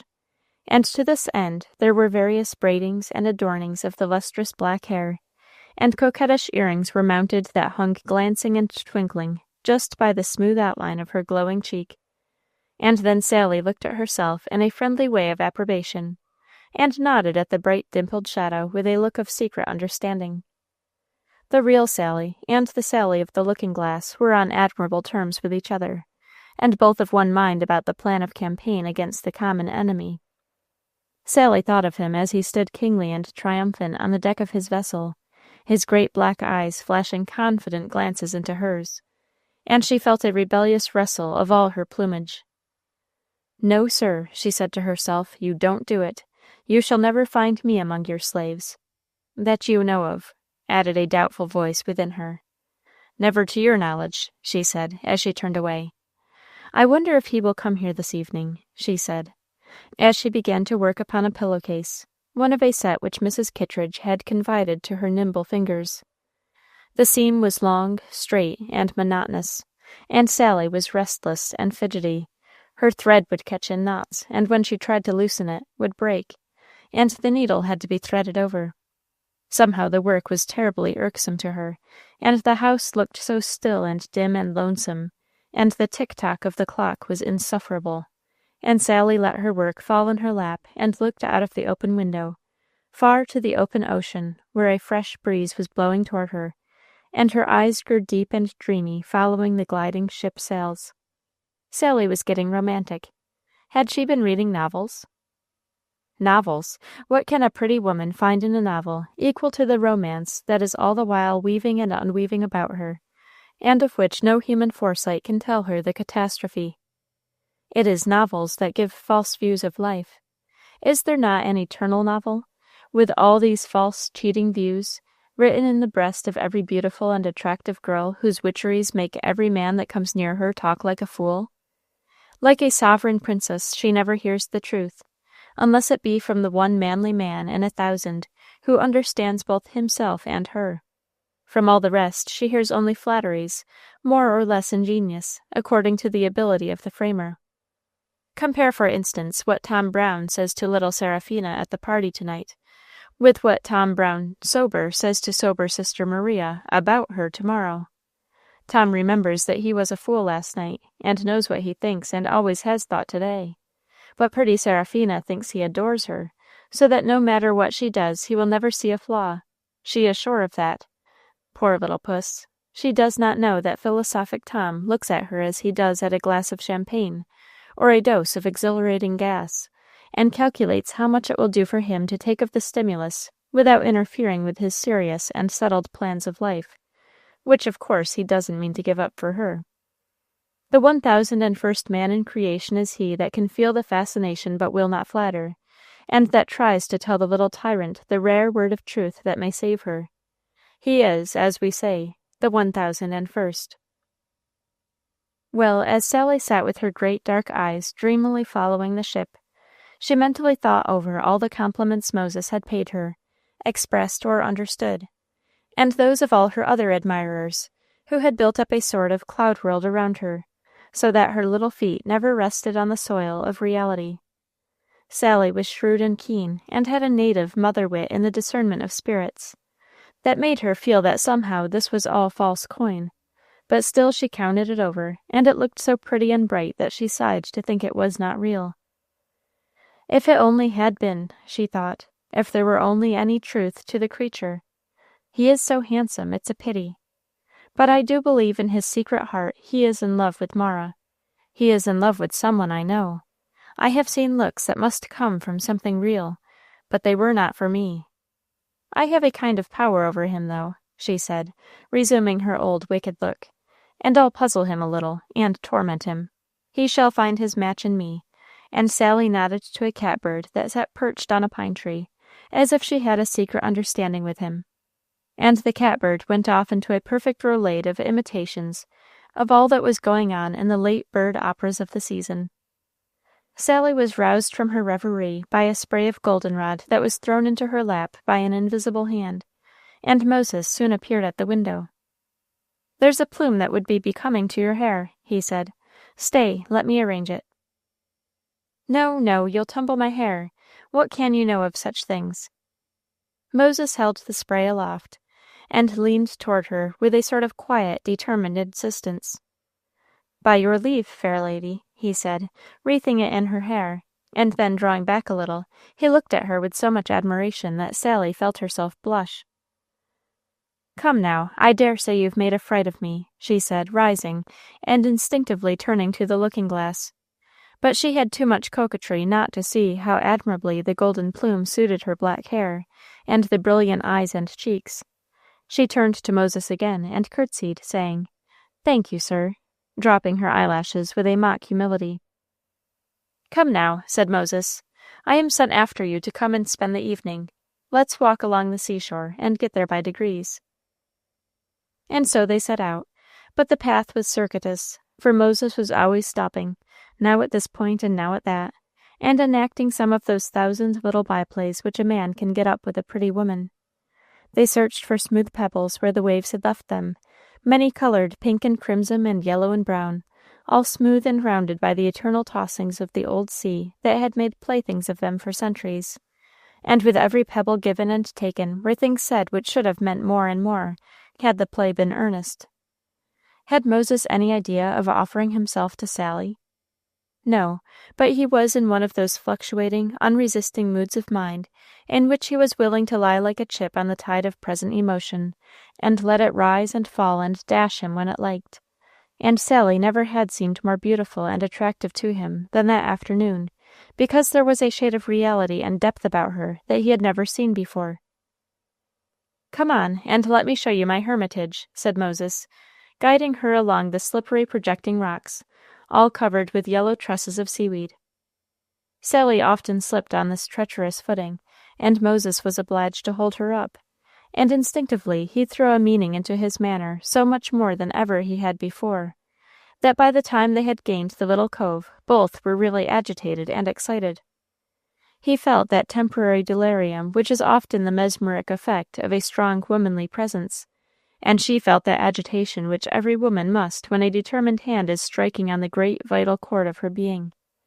When they had stepped round the last point of rock, they found themselves driven by the advancing tide up into the little lonely grotto, and there they were with no lookout but the wide blue sea, all spread out in rose and gold under the twilight skies, with a silver moon looking down upon them.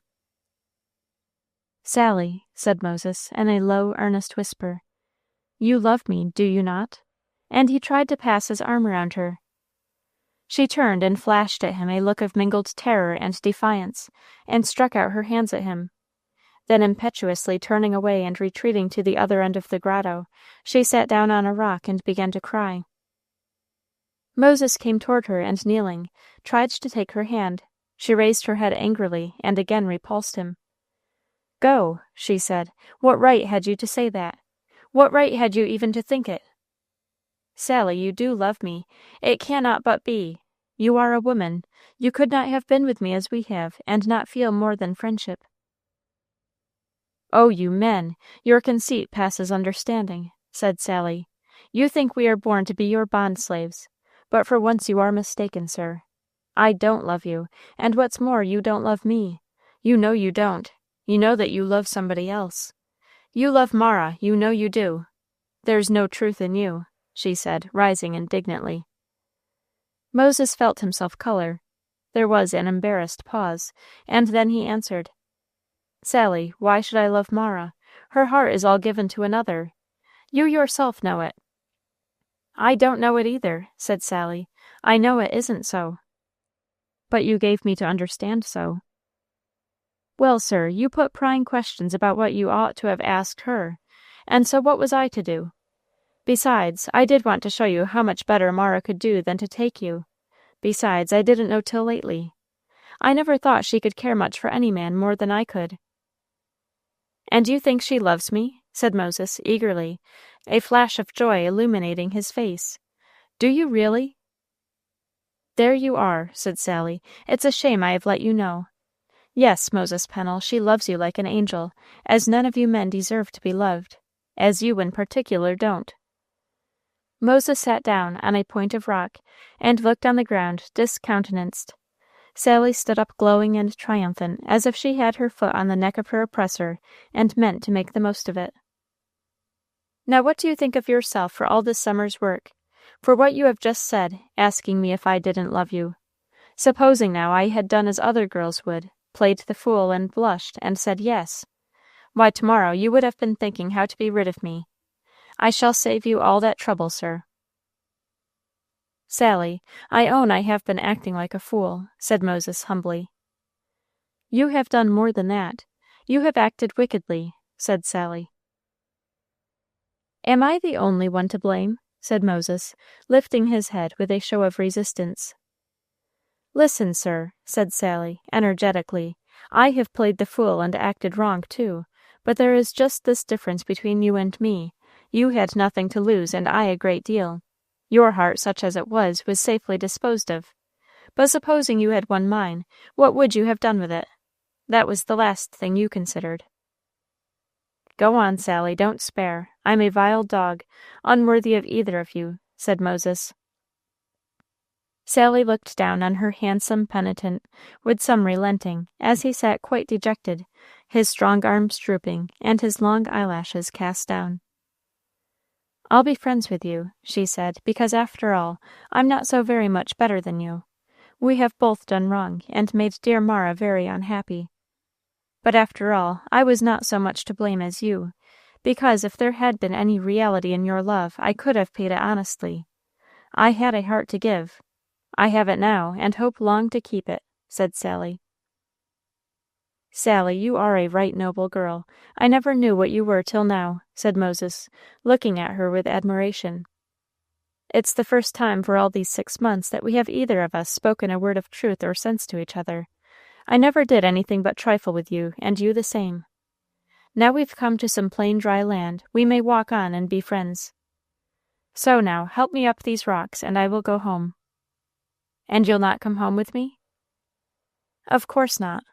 I think you may now go home, and have one talk with Mara without witnesses. Chapter 32. The Betrothal. Moses walked slowly home from his interview with Sally, in a sort of maze of confused thought. In general, men understand women only from the outside, and judge them with about as much real comprehension as an eagle might judge a canary bird. The difficulty of real understanding intensifies in proportion as the man is distinctively manly, and the woman womanly. There are men with a large infusion of the feminine element in their composition, who read the female nature with more understanding than commonly falls to the lot of men. But in general, when a man passes beyond the mere outside artifices and unrealities which lie between the two sexes, and really touches his finger to any vital chord in the heart of a fair neighbor, he is astonished at the quality of the vibration. I could not have dreamed there was so much in her, thought Moses, as he turned away from Sally Kittredge. He felt humbled as well as astonished by the moral lecture which this frisky elf, with whom he had all summer been amusing himself, preached to him from the depths of a real woman's heart. What she said of Mara's loving him filled his eyes with remorseful tears, and for the moment he asked himself whether this restless, jealous, exacting desire, which he felt to appropriate her whole life and heart to himself, were as really worthy of the name of love as the generous self-devotion with which she had, all her life, made all his interests her own. Was he to go to her now and tell her that he loved her, and therefore he had teased and vexed her? Therefore he had seemed to prefer another before her? Therefore he had practiced and experimented upon her nature? A suspicion rather stole upon him that love which expresses itself principally in making exactions and giving pain is not exactly worthy of the name. And yet he had been secretly angry with her all summer for being the very reverse of this, for her apparent cheerful willingness to see him happy with another, for the absence of all signs of jealousy, all desire of exclusive appropriation. It showed, he said to himself, that there was no love. And now, when it dawned on him that this might be the very heroism of self-devotion, he asked himself which was best worthy to be called love. She did love him, then. The thought blazed up through the smoldering embers of thought in his heart like a tongue of flame. She loved him. He felt a sort of triumph in it, for he was sure Sally must know, they were so intimate. Well, he would go to her, and tell her all, confess all his sins, and be forgiven. When he came back to the house, all was still evening. The moon, which was playing brightly on the distant sea, left one side of the brown house in shadow. Moses saw a light gleaming behind the curtain in the little room on the lower floor, which had been his peculiar sanctum during the summer past. He had made a sort of library of it, keeping there his books and papers. Upon the white curtain flitted, from time to time, a delicate, busy shadow. Now it rose, and now it stooped, and then it rose again, grew dim and vanished, and then came out again. His heart beat quick. Mara was in his room, busy, as she always had been before his departures, in cares for him.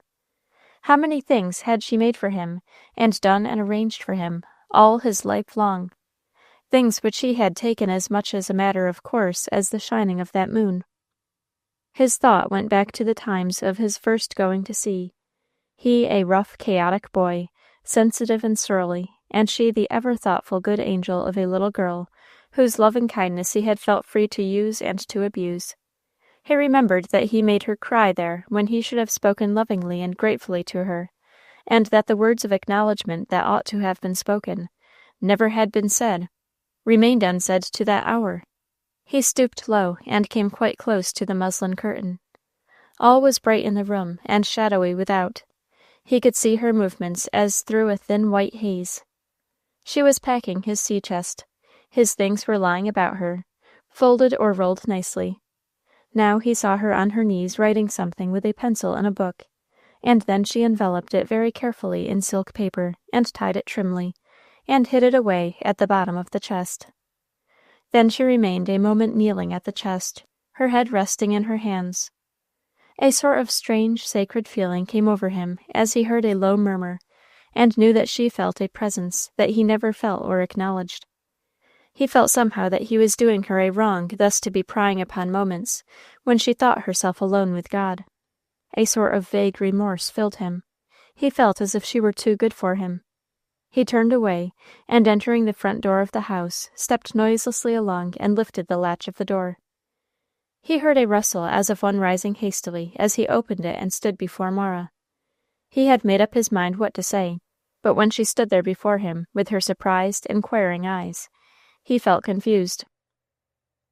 "What, home so soon?" she said. "You did not expect me, then?" "Of course not for these 2 hours. So," she said, looking about, "I found some mischief to do among your things. If you had waited as long as I expected, they would all have been quite right again, and you would never have known." Moses sat down and drew her toward him, as if he were going to say something, and then stopped and began confusedly playing with her work-box. "Now, please don't," she said archly. "You know what a little old maid I am about my things." "Mara," said Moses, "people have asked you to marry them, have they not?" "People asked me to marry them?" said Mara. "I hope not. What an odd question." "You know what I mean," said Moses. "You have had offers of marriage, from Mr. Adams, for example." "And what if I have?" "You did not accept him, Mara," said Moses. "No, I did not." "And yet he was a fine man, I am told, and well fitted to make you happy." "I believe he was," said Mara, quietly. "And why were you so foolish?" Mara was fretted at this question. She supposed Moses had come to tell her of his engagement to Sally, and that this was a kind of preface, and she answered, "I don't know why you call it foolish. I was a true friend to Mr. Adams. I saw intellectually that he might have the power of making any reasonable woman happy. I think now that the woman will be fortunate who becomes his wife, but I did not wish to marry him." "Is there anybody you prefer to him, Mara?" said Moses. She started up with glowing cheeks and sparkling eyes. "You have no right to ask me that, though you are my brother."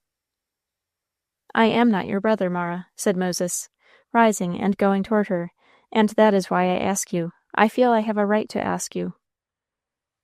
"I do not understand you," she said, faintly. "I can speak plainer, then. I wish to put in my poor venture. I love you, Mara, not as a brother. I wish you to be my wife, if you will." While Moses was saying these words, Mara felt a sort of whirling in her head, and it grew dark before her eyes. But she had a strong, firm will, and she mastered herself and answered, after a moment, in a quiet, sorrowful tone, "How can I believe this, Moses? If it is true, why have you done as you have this summer?" "Because I was a fool, Mara, because I was jealous of Mr. Adams, because I somehow hoped, after all, that you either loved me or that I might make you think more of me through jealousy of another. They say that love always is shown by jealousy." "Not true love, I should think," said Mara. "How could you do so? It was cruel to her, cruel to me." "I admit it. Anything, everything you can say. I have acted like a fool and a knave, if you will. But after all, Mara, I do love you. I know I am not worthy of you, never was, never can be. You are in all things a true, noble woman, and I have been unmanly." It is not to be supposed that all this was spoken without accompaniments of looks, movements, and expressions of face such as we cannot give, but such as doubled their power to the parties concerned. And the "I love you" had its usual conclusive force as argument, apology, promise, covering, like charity, a multitude of sins. Half an hour after, you might have seen a youth and a maiden coming together out of the door of the brown house, and walking arm in arm toward the sea-beach. It was one of those wonderfully clear moonlight evenings, when the ocean, like a great reflecting mirror, seems to double the brightness of the sky, and its vast expanse lay all around them in its stillness, like an eternity of waveless peace. Mara remembered that time in her girlhood when she had followed Moses into the woods on just such a night. How she had sat there under the shadows of the trees and looked over to Harpswell, and noticed the white houses and the meeting-house, all so bright and clear in the moonlight, and then off again on the other side of the island, where silent ships were coming and going in the mysterious stillness. They were talking together now with that outflowing fullness which comes when the seal of some great reserve has just been broken, going back over their lives from day to day, bringing up incidents of childhood, and turning them gleefully like two children.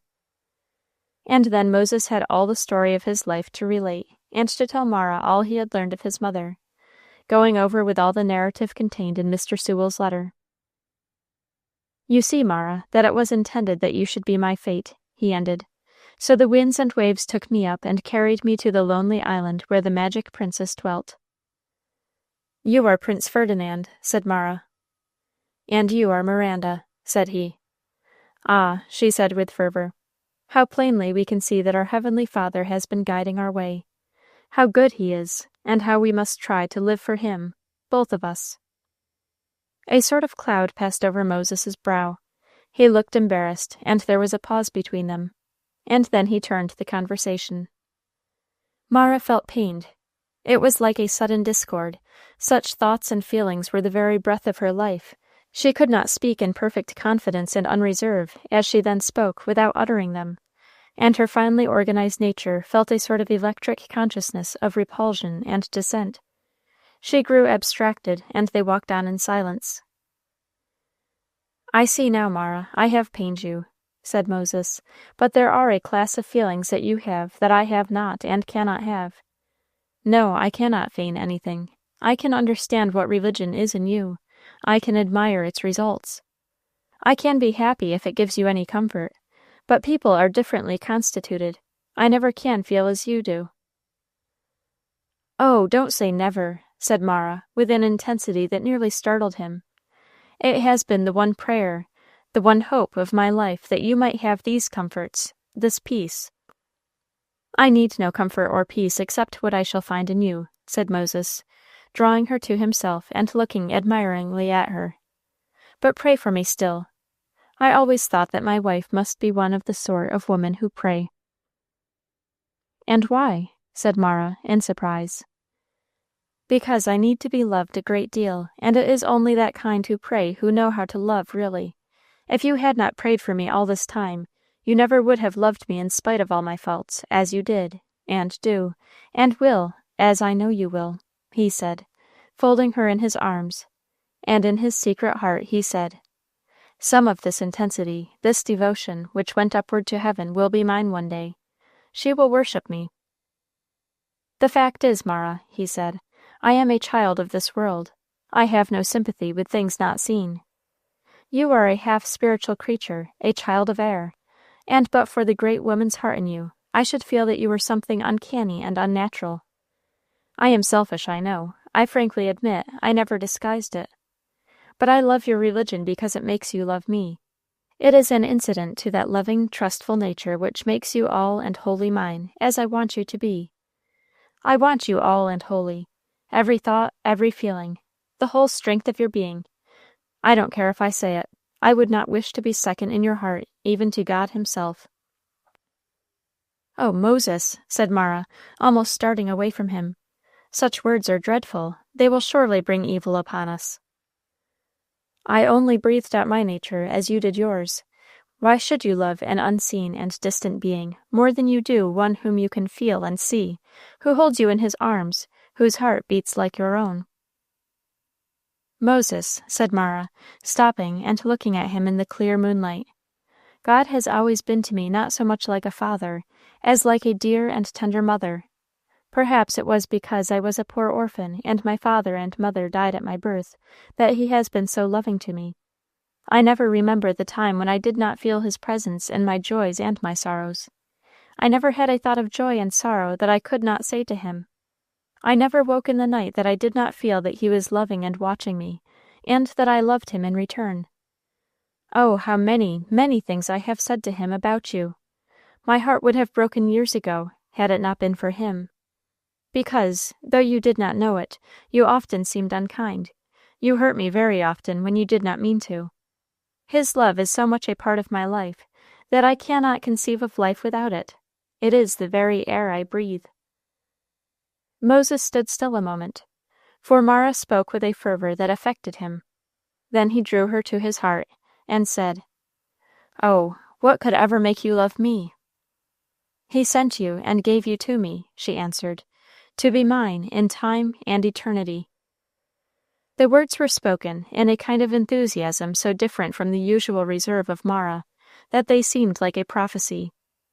That night, for the first time in her life, had she broken the reserve which was her very nature, and spoken of that which was the intimate and hidden history of her soul. Chapter 33. At a Quilting. "And so," said Mrs. Captain Badger to Miss Roxy Toothacre, "it seems that Moses Pennel ain't going to have Sally Kittridge after all. He's engaged to Mara Lincoln." "More shame for him," said Miss Roxy, with a frown that made her mohair curls look really tremendous. Miss Roxy and Mrs. Badger were the advance party at a quilting, to be holden at the house of Mr. Sewell, and had come at 1 o'clock to do the marking upon the quilt, which was to be filled up by the busy fingers of all the women in the parish. Said quilt was to have a bordering of a pattern commonly denominated in those parts clamshell, and this Miss Roxy was diligently marking with indigo. "What makes you say so now?" said Mrs. Badger, a fat, comfortable, motherly matron, who always patronized the last matrimonial venture that put forth among the young people. What business had he to flirt and gallivant all summer with Sally Kittridge, and make everybody think he was going to have her, and then turn round to Mara Lincoln at the last minute? I wish I'd been in Mara's place." In Miss Roxy's martial enthusiasm, she gave a sudden poke to her frisette, giving to it a diagonal bristle which extremely increased its usually severe expression, and any one contemplating her at the moment would have thought that for Moses Pennel, or any other young man, to come with tender propositions in that direction would have been indeed a venturesome enterprise. "I tell you what 'tis, Mis' Badger," she said, "I've known Mara since she was born. I may say I fetched her up myself, for if I hadn't trotted and tended her them first 4 weeks of her life, Mis' Pennel'd never have got her through, and I've watched her every year since, and havin' Moses Pennel is the only silly thing I ever knew her to do. But you never can tell what a girl will do when it comes to marryin', never."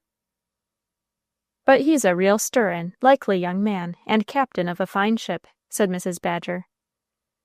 "Don't care if he's captain of 20 ships," said Miss Roxy, obdurately. "He ain't a professor of religion, and I believe he's an infidel, and she's one of the Lord's people." "Well," said Mrs. Badger, "you know the unbelievin' husband shall be sanctified by the believin' wife." "Much sanctifyin' he'll get," said Miss Roxy, contemptuously. "I don't believe he loves her any more than Fancy. She's the last plaything, and when he's got her he'll be tired of her, as he always was with anything he got ever since. I tell you, Moses Pennel is all for pride and ambition and the world, and his wife, when he gets used to her, 'll be only a circumstance, that's all." "Come now, Miss Roxy," said Miss Emily, who in her best silk and smoothly brushed hair had just come in, "we must not let you talk so. Moses Pennel has had long talks with brother, and he thinks him in a very hopeful way, and we are all delighted. And as to Mara, she is as fresh and happy as a little rose."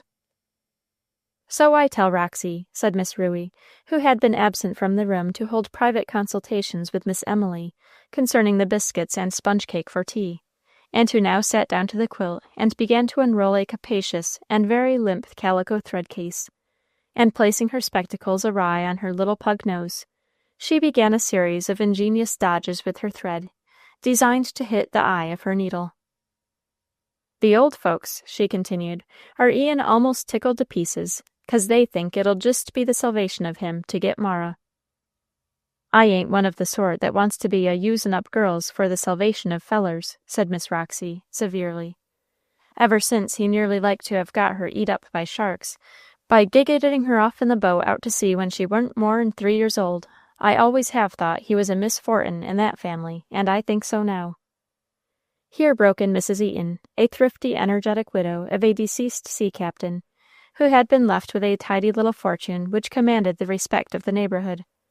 Mrs. Eaton had entered silently during the discussion, but of course had come, as every other woman had that afternoon, with views to be expressed upon the subject.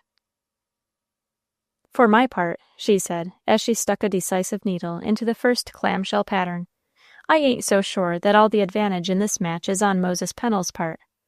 Mara Lincoln is a good little thing, but she ain't fitted to help a man along. She'll always be wantin' somebody to help her. Why, I 'member goin' a voyage with Cap'n Eaton when I saved the ship, if anybody did. It was allowed on all hands. Cap'n Eaton wasn't hearty at that time. He was just gettin' up from a fever. It was when Marthy Ann was a baby, and I just took her and went to sea and took care of him. I used to work the longitude for him, and help him lay the ship's course when his head was bad. And when we came on the coast, we were kept out of harbor beaten about nearly 3 weeks, and all the ship's tacklin' was stiff with ice, and I tell you the men never would have stood it through and got the ship in, if it hadn't been for me. I kept their mittens and stockings all the while a-dryin' at my stove in the cabin, and hot coffee all the while a-boilin' for 'em, or I believe they'd have frozen their hands and feet, and never been able to work the ship in. That's the way I did. Now Sally Kittredge is a great deal more like that than Mara." "There's no doubt that Sally is smart," said Mrs. Badger.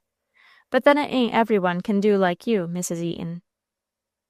"Oh, no, was murmured from mouth to mouth.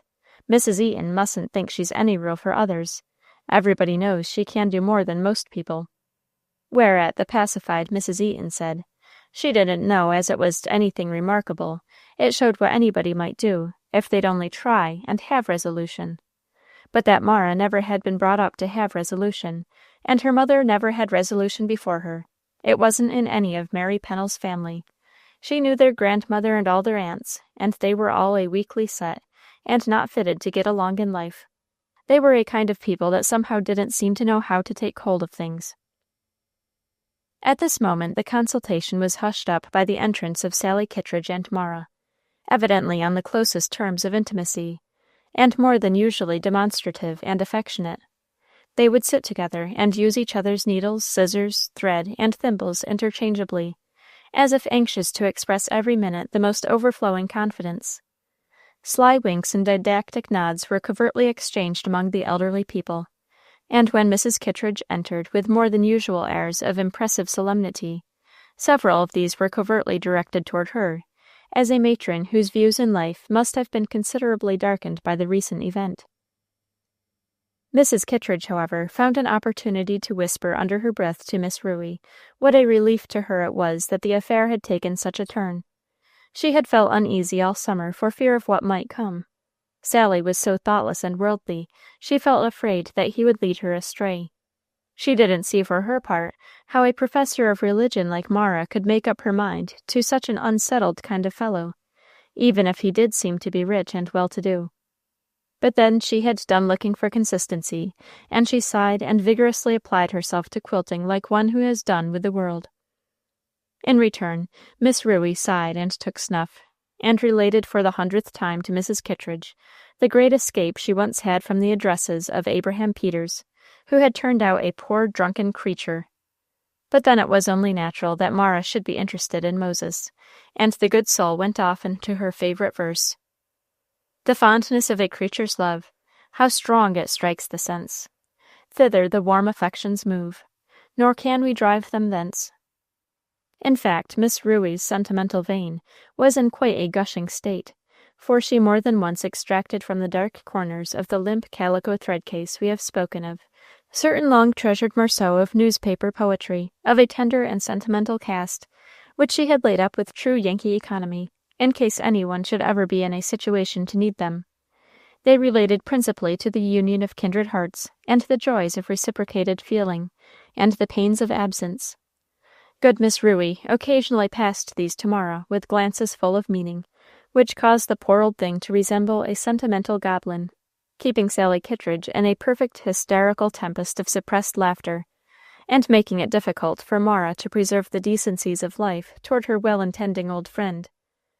The trouble with poor Miss Ruey was that, while her body had grown old and crazy, her soul was just as juvenile as ever, and a simple, juvenile soul disporting itself in a crazy, battered old body is at a great disadvantage. It was lucky for her, however, that she lived in the most sacred unconsciousness of the ludicrous effect of her little indulgences, and the pleasure she took in them was certainly of the most harmless kind. The world would be a far better and more enjoyable place than it is, if all people who are old and uncomely could find amusement as innocent and Christian-like as Miss Ruey's inoffensive thread-case collection of sentimental truisms. This quilting of which we speak was a solemn, festive occasion of the parish, held a week after Moses had sailed away, and so piquant a morsel as a recent engagement could not, of course, fail to be served up for the company in every variety of garnishings which individual tastes might suggest. It became an ascertained fact, however, in the course of the evening festivities, that the minister was serenely approbative of the event, that Captain Kittredge was at length brought to a sense of the errors of his way in supposing that Sally had ever cared a pin for Moses more than as a mutual friend and confidant, and the great affair was settled without more ripples of discomposure than usually attended similar announcements in a more refined society. Chapter 34. Friends. The quilting broke up at the primitive hour of 9 o'clock, at which, in early New England days, all social gatherings always dispersed. Captain Kittredge rowed his helpmeet with Mara and Sally across the bay to the island. "Come and stay with me to-night, Sally," said Mara. "I think Sally had best be at home," said Mrs. Kittredge. "There's no sense in girls talking all night." "There ain't sense in nothin' else, mother," said the captain. "Next to sparkin', which is the Christianest thing I knows on, comes gals talkin' 'bout their sparks. They's as natural as crowsfoot and red columbines in the spring, and spring don't come but once a year neither, and so let 'em take the comfort on't. I warrant now, Polly, you've laid awake nights and talked about me." "We've all been foolish once," said Mrs. Kittredge. "Well, mother, we want to be foolish too," said Sally. "Well, you and your father are too much for me," said Mrs. Kittredge, plaintively. "You always get your own way." "How lucky that my way is always a good one," said Sally. "Well, you know, Sally, you are going to make the beer to-morrow," still objected her mother. "Oh, yes, that's another reason," said Sally. "Mara and I shall come home through the woods in the morning, and we can get whole apronfuls of young wintergreen. And besides, I know where there's a lot of sassafras root. We'll dig it, won't we, Mara?" "Yes, and I'll come down and help you brew," said Mara. "Don't you remember the beer I made when Moses came home?" "Yes, yes, I remember," said the captain. "You sent us a couple of bottles." "We can make better yet now," said Mara. "The wintergreen is young, and the green tips on the spruce boughs are so full of strength. Everything is lively and sunny now." "Yes, yes," said the captain, "and I 'spect I know why things do look pretty lively to some folks, don't they?" "I don't know what sort of work you'll make of the beer among you," said Mrs. Kittredge, "but you must have it your own way." Mrs. Kittredge, who never did anything else among her tea-drinking acquaintances but laud and magnify Sally's good traits and domestic acquirements, felt constantly bound to keep up a faint show of controversy and authority in her dealings with her, the fading remains of the strict government of her childhood. But it was nevertheless very perfectly understood in a general way that Sally was to do as she pleased, and so when the boat came to shore, she took the arm of Mara and started up toward the brown house. The air was soft and balmy, and though the moon by which the troth of Mara and Moses had been plighted had waned into the latest hours of the night, still 1,000 stars were lying in twinkling brightness, reflected from the undulating waves all around them, and the tide, as it rose and fell, made a sound as gentle and soft as the respiration of a peaceful sleeper. "Well, Mara," said Sally, after an interval of silence, "all has come out right. You see that it was you whom he loved. What a lucky thing for me that I am made so heartless, or I might not be as glad as I am."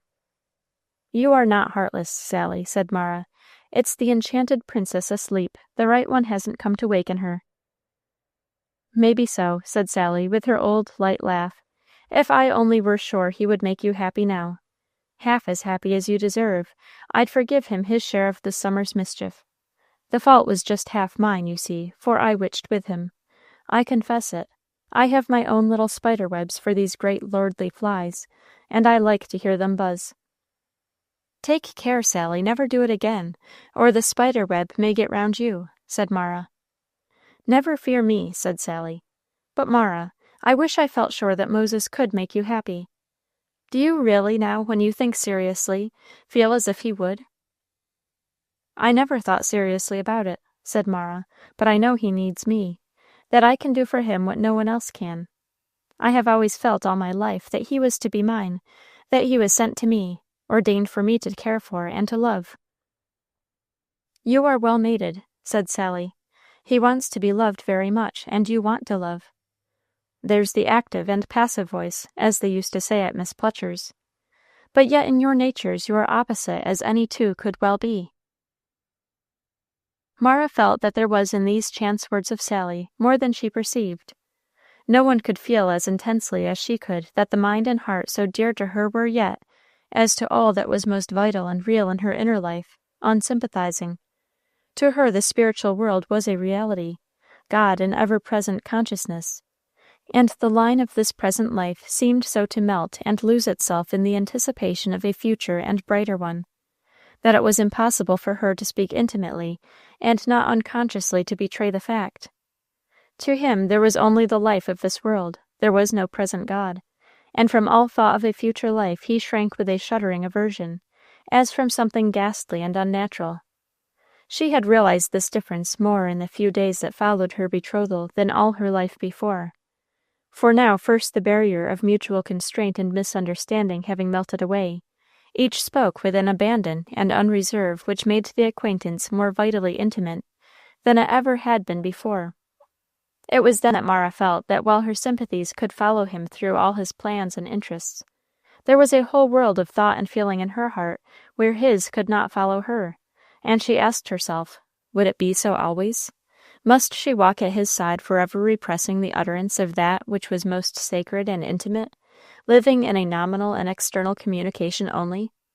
How could it be that what was so lovely and clear in its reality to her, that which was to her as life-blood, that which was the vital air in which she lived and moved and had her being, could be absolutely nothing to him?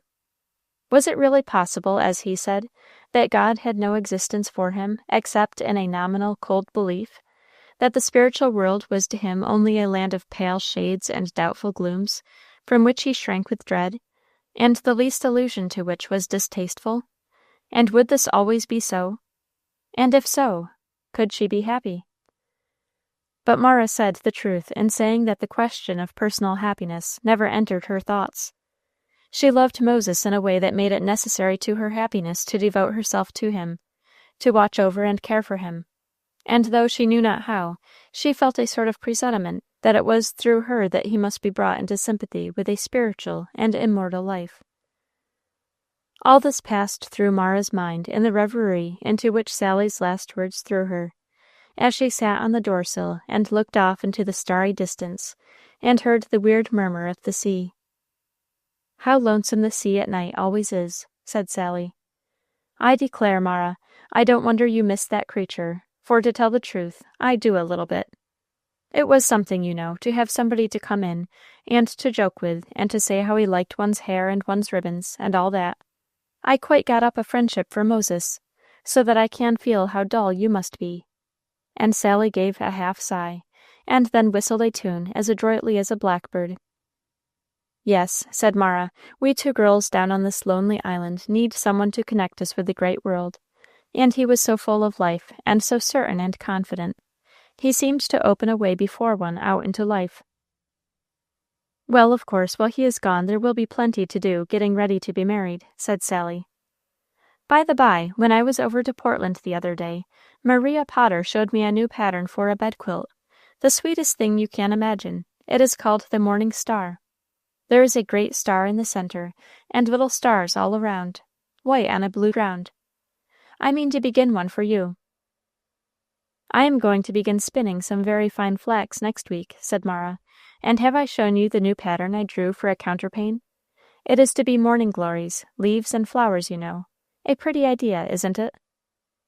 And so, the conversation falling from the region of the sentimental to the practical, the two girls went in and spent an hour in discussions so purely feminine that we will not enlighten the reader further therewith. Sally seemed to be investing all her energies in the preparation of the wedding outfit of her friend, about which she talked with a constant and restless activity, and for which she formed 1,000 plans and projected shopping tours to Portland, Brunswick, and even to Boston, this last being about as far off a venture at that time as Paris now seems to a Boston belle. "When you are married," said Sally, "you'll have to take me to live with you. That creature shan't have you all to himself. I hate men. They are so exorbitant. They spoil all our playmates. And what shall I do when you are gone?" "You will go with Mr. What's his name?" said Mara. "Pshaw, I don't know him. I shall be an old maid," said Sally. "And really there isn't much harm in that, if one could have company. If somebody or other wouldn't marry all one's friends. That's lonesome," she said, winking a tear out of her black eyes and laughing. "If I were only a young fellow now, Mara, I'd have you myself, and that would be just the thing.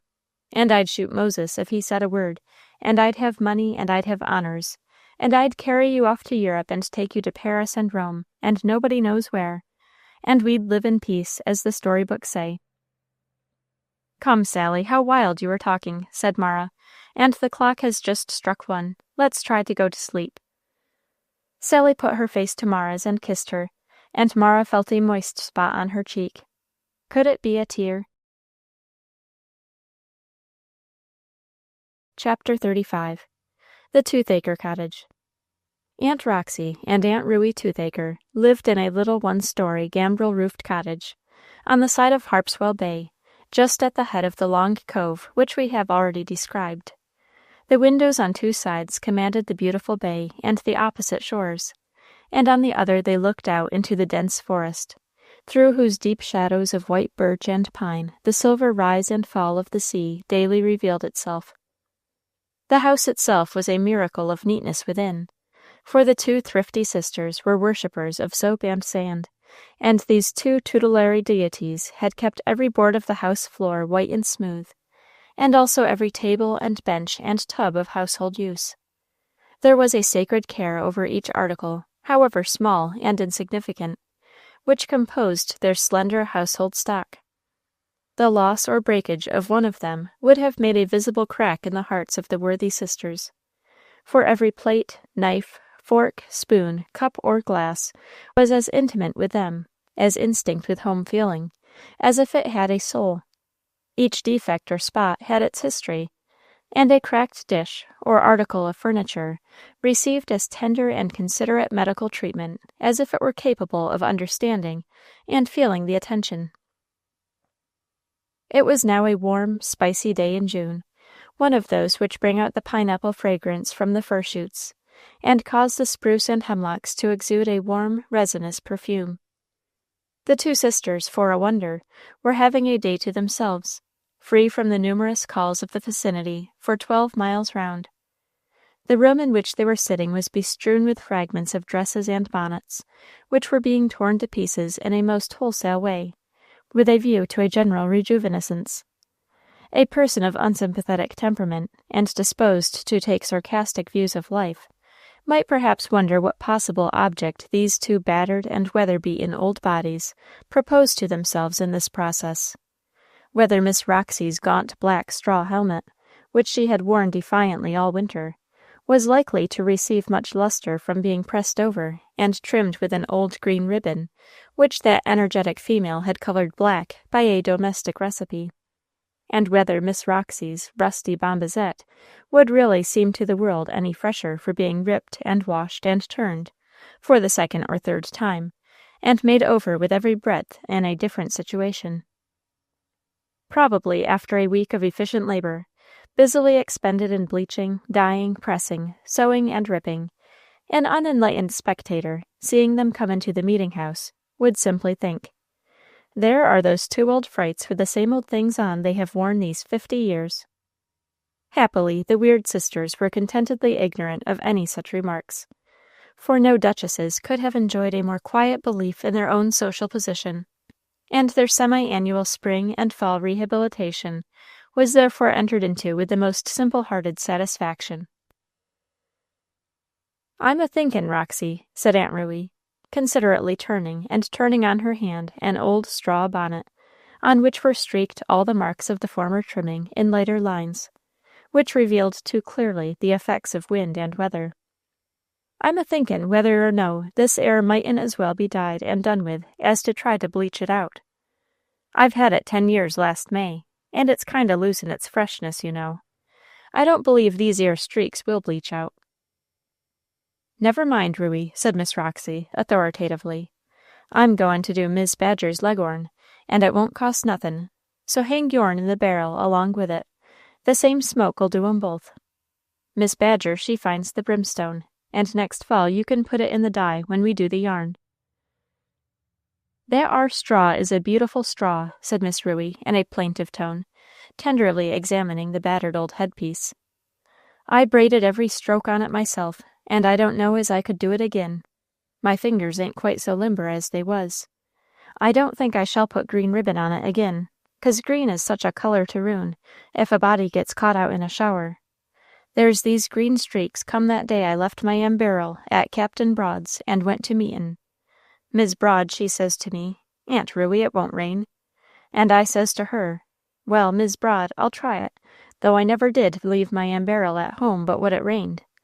And so I went, and sure enough it rained cats and dogs, and streaked my bonnet all up, and them ar streaks won't bleach out, I'm feared.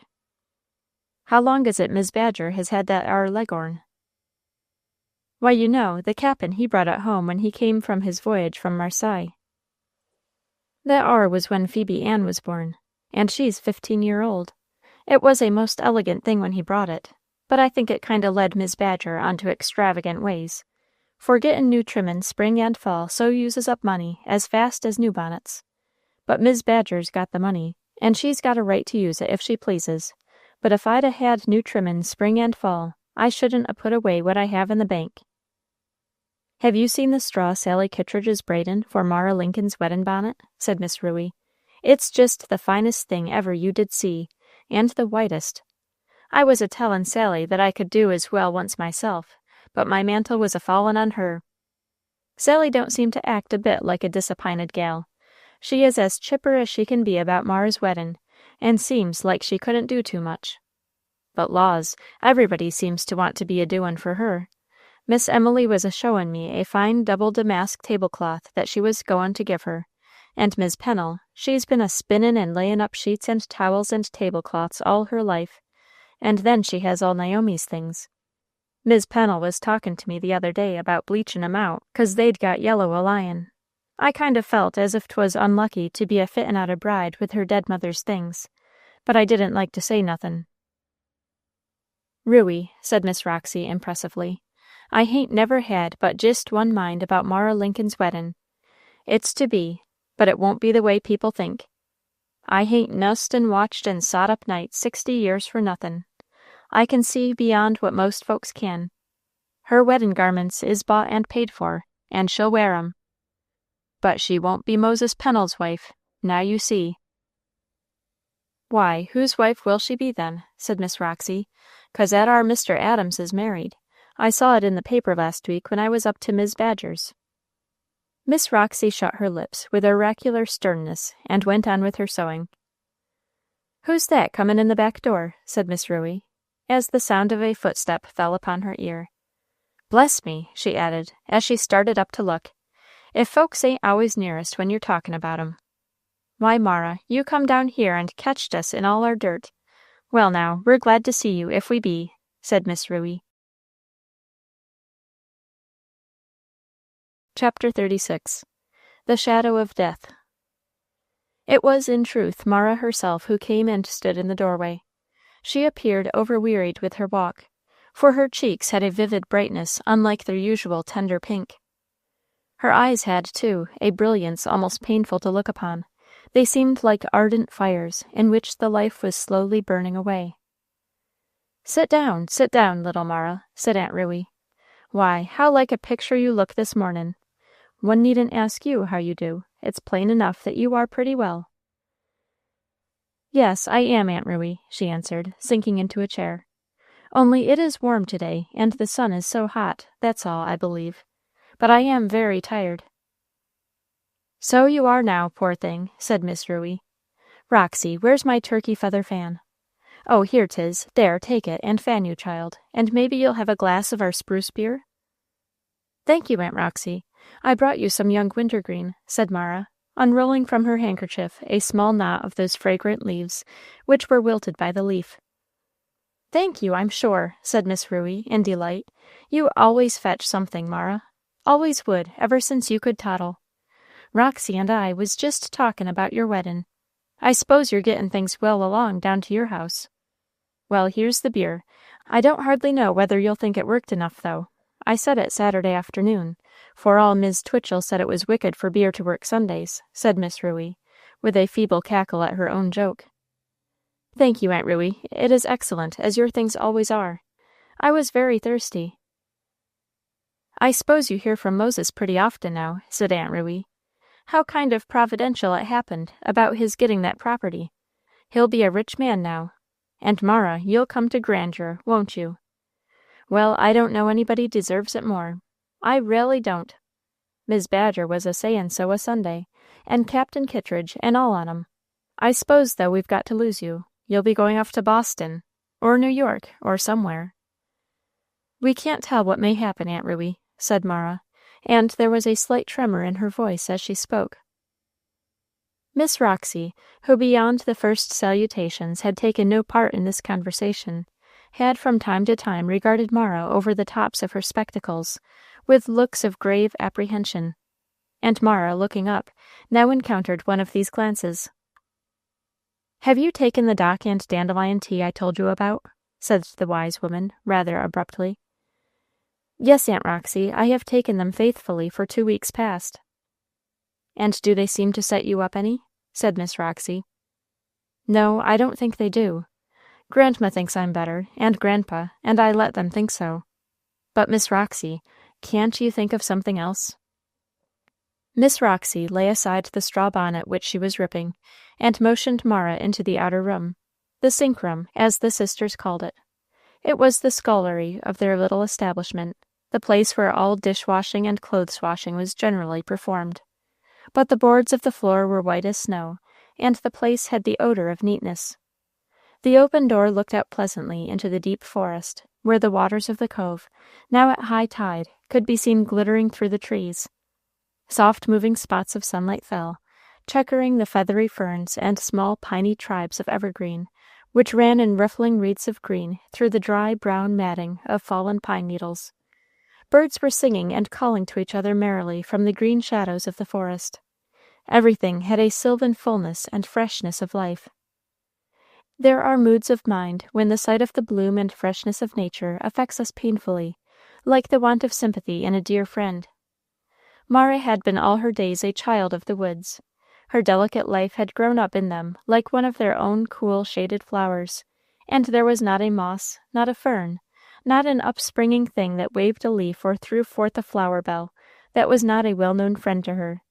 She had watched for years its haunts, known the time of its coming and its going, studied its shy and veiled habits, and interwoven with its life each year a portion of her own. And now she looked out into the old mossy woods, with their wavering spots of sun and shadow, with a yearning pain, as if she wanted help or sympathy to come from their silent recesses. She sat down on the clean, scoured door-sill and took off her straw hat.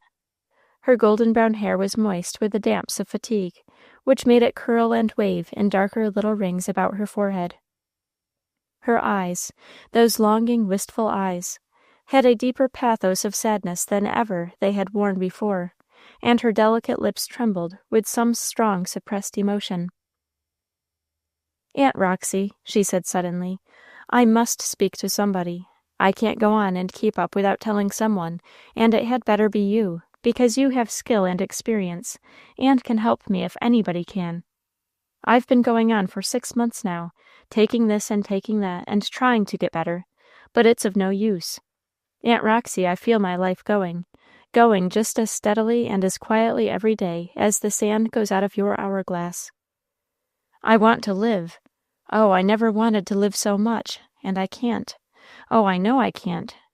Can I now? Do you think I can?" Mara looked imploringly at Miss Roxy. The hard-visaged woman sat down on the wash-bench, and covering her worn, stony visage with her checked apron, sobbed aloud. Mara was confounded. This implacably withered, sensible, dry woman, beneficently impassive in sickness and sorrow, weeping. It was awful, as if one of the fates had laid down her fatal distaff to weep. Mara sprung up impulsively and threw her arms round her neck. "Now don't, Aunt Roxy, don't. I didn't think you would feel bad, or I wouldn't have told you. But oh, you don't know how hard it is to keep such a secret all to oneself. I have to make believe all the time that I am feeling well and getting better. I really say what isn't true every day. Because, poor grandmamma, how could I bear to see her distress? And grandpapa, oh, I wish people didn't love me so. Why cannot they let me go? And oh, Aunt Roxy, I had a letter only yesterday, and he is so sure we shall be married this fall. And I know it cannot be." Mara's voice gave way in sobs, and the two wept together, the old, grim, gray woman holding the soft golden head against her breast with a convulsive grasp. "Oh, Aunt Roxy, do you love me too?" said Mara. "I didn't know you did." "Love ye, child," said Miss Roxy. "Yes, I love ye like my life. I ain't one that makes talk about things, but I do. You come into my arms first of anybody's in this world, and except poor little Hitty, I never loved nobody as I have you." "Ah, that was your sister, whose grave I have seen," said Mara, speaking in a soothing, caressing tone, and putting her little thin hand against the grim, wasted cheek, which was now moist with tears. "Just so, child. She died when she was a year younger than you be. She was not lost, for God took her. Poor Hitty, her life just dried up like a brook in August, just so. Well, she was hopefully pious, and it was better for her." "Did she go like me, Aunt Roxy?" said Mara. "Well, yes, dear, she did begin just so, and I gave her everything I could think of, and we had doctors for her far and near. But 'twasn't to be, that's all we could say. She was called, and her time was come." "Well, now, Aunt Roxy," said Mara, "at any rate, it's a relief to speak out to some one. It's more than 2 months that I have felt every day more and more that there was no hope. Life has hung on me like a weight. I have had to make myself keep up and make myself do everything, and no one knows how it has tried me. I am so tired all the time I could cry, and yet when I go to bed nights I can't sleep. I lie in such a hot, restless way, and then before morning I am drenched with cold sweat, and feel so weak and wretched. I force myself to eat, and I force myself to talk and laugh, and it's all pretense, and it wears me out. It would be better if I stopped trying. It would be better to give up and act as weak as I feel. But how can I let them know?" "My dear child," said Aunt Roxy, "the truth is the kindest thing we can give folks in the end. When folks know just where they are, why, they can walk. You'll all be supported. You must trust in the Lord. I have been more in 50 years with sick rooms and dyin' beds, and I never knew it fail that those that trusted in the Lord was brought through. Oh, Aunt Roxy, it is so hard for me to give up hoping to live. There were a good many years when I thought I should love to depart. Not that I was really unhappy, but I longed to go to heaven, though I knew it was selfish, when I knew how lonesome I should leave my friends. But now, oh, life has looked so bright. I have clung to it so, I do now. I lie awake nights and pray, and try to give it up and be resigned. And I can't. Is it wicked? Well, it's nature to want to live, said Miss Roxy. Life is sweet, and in a general way we was made to live. Don't worry, the Lord'll bring you right when his time comes. Folks isn't always supported just when they want to be, nor as they want to be, but yet they're supported fust and last. Ef I was to tell you how I has hope in your case, I shouldn't be a-tellin' you the truth. I hasn't much of any, only all things is possible with God. If you could kind o' give it all up and rest easy in his hands, and keep a-doin' what you can, why, well, there's life, there's hope, you know, and if you are to be made well, you will be all the sooner. Aunt Roxy, it's all right. I know it's all right. God knows best. He will do what is best. I know that. But my heart bleeds and is sore. And when I get his letters, I got one yesterday, it brings it all back again. Everything is going on so well. He says he has done more than all he ever hoped. His letters are full of jokes, full of spirit. Ah, he little knows. And how can I tell him? Child, you needn't yet. You can just kind o' prepare his mind a little.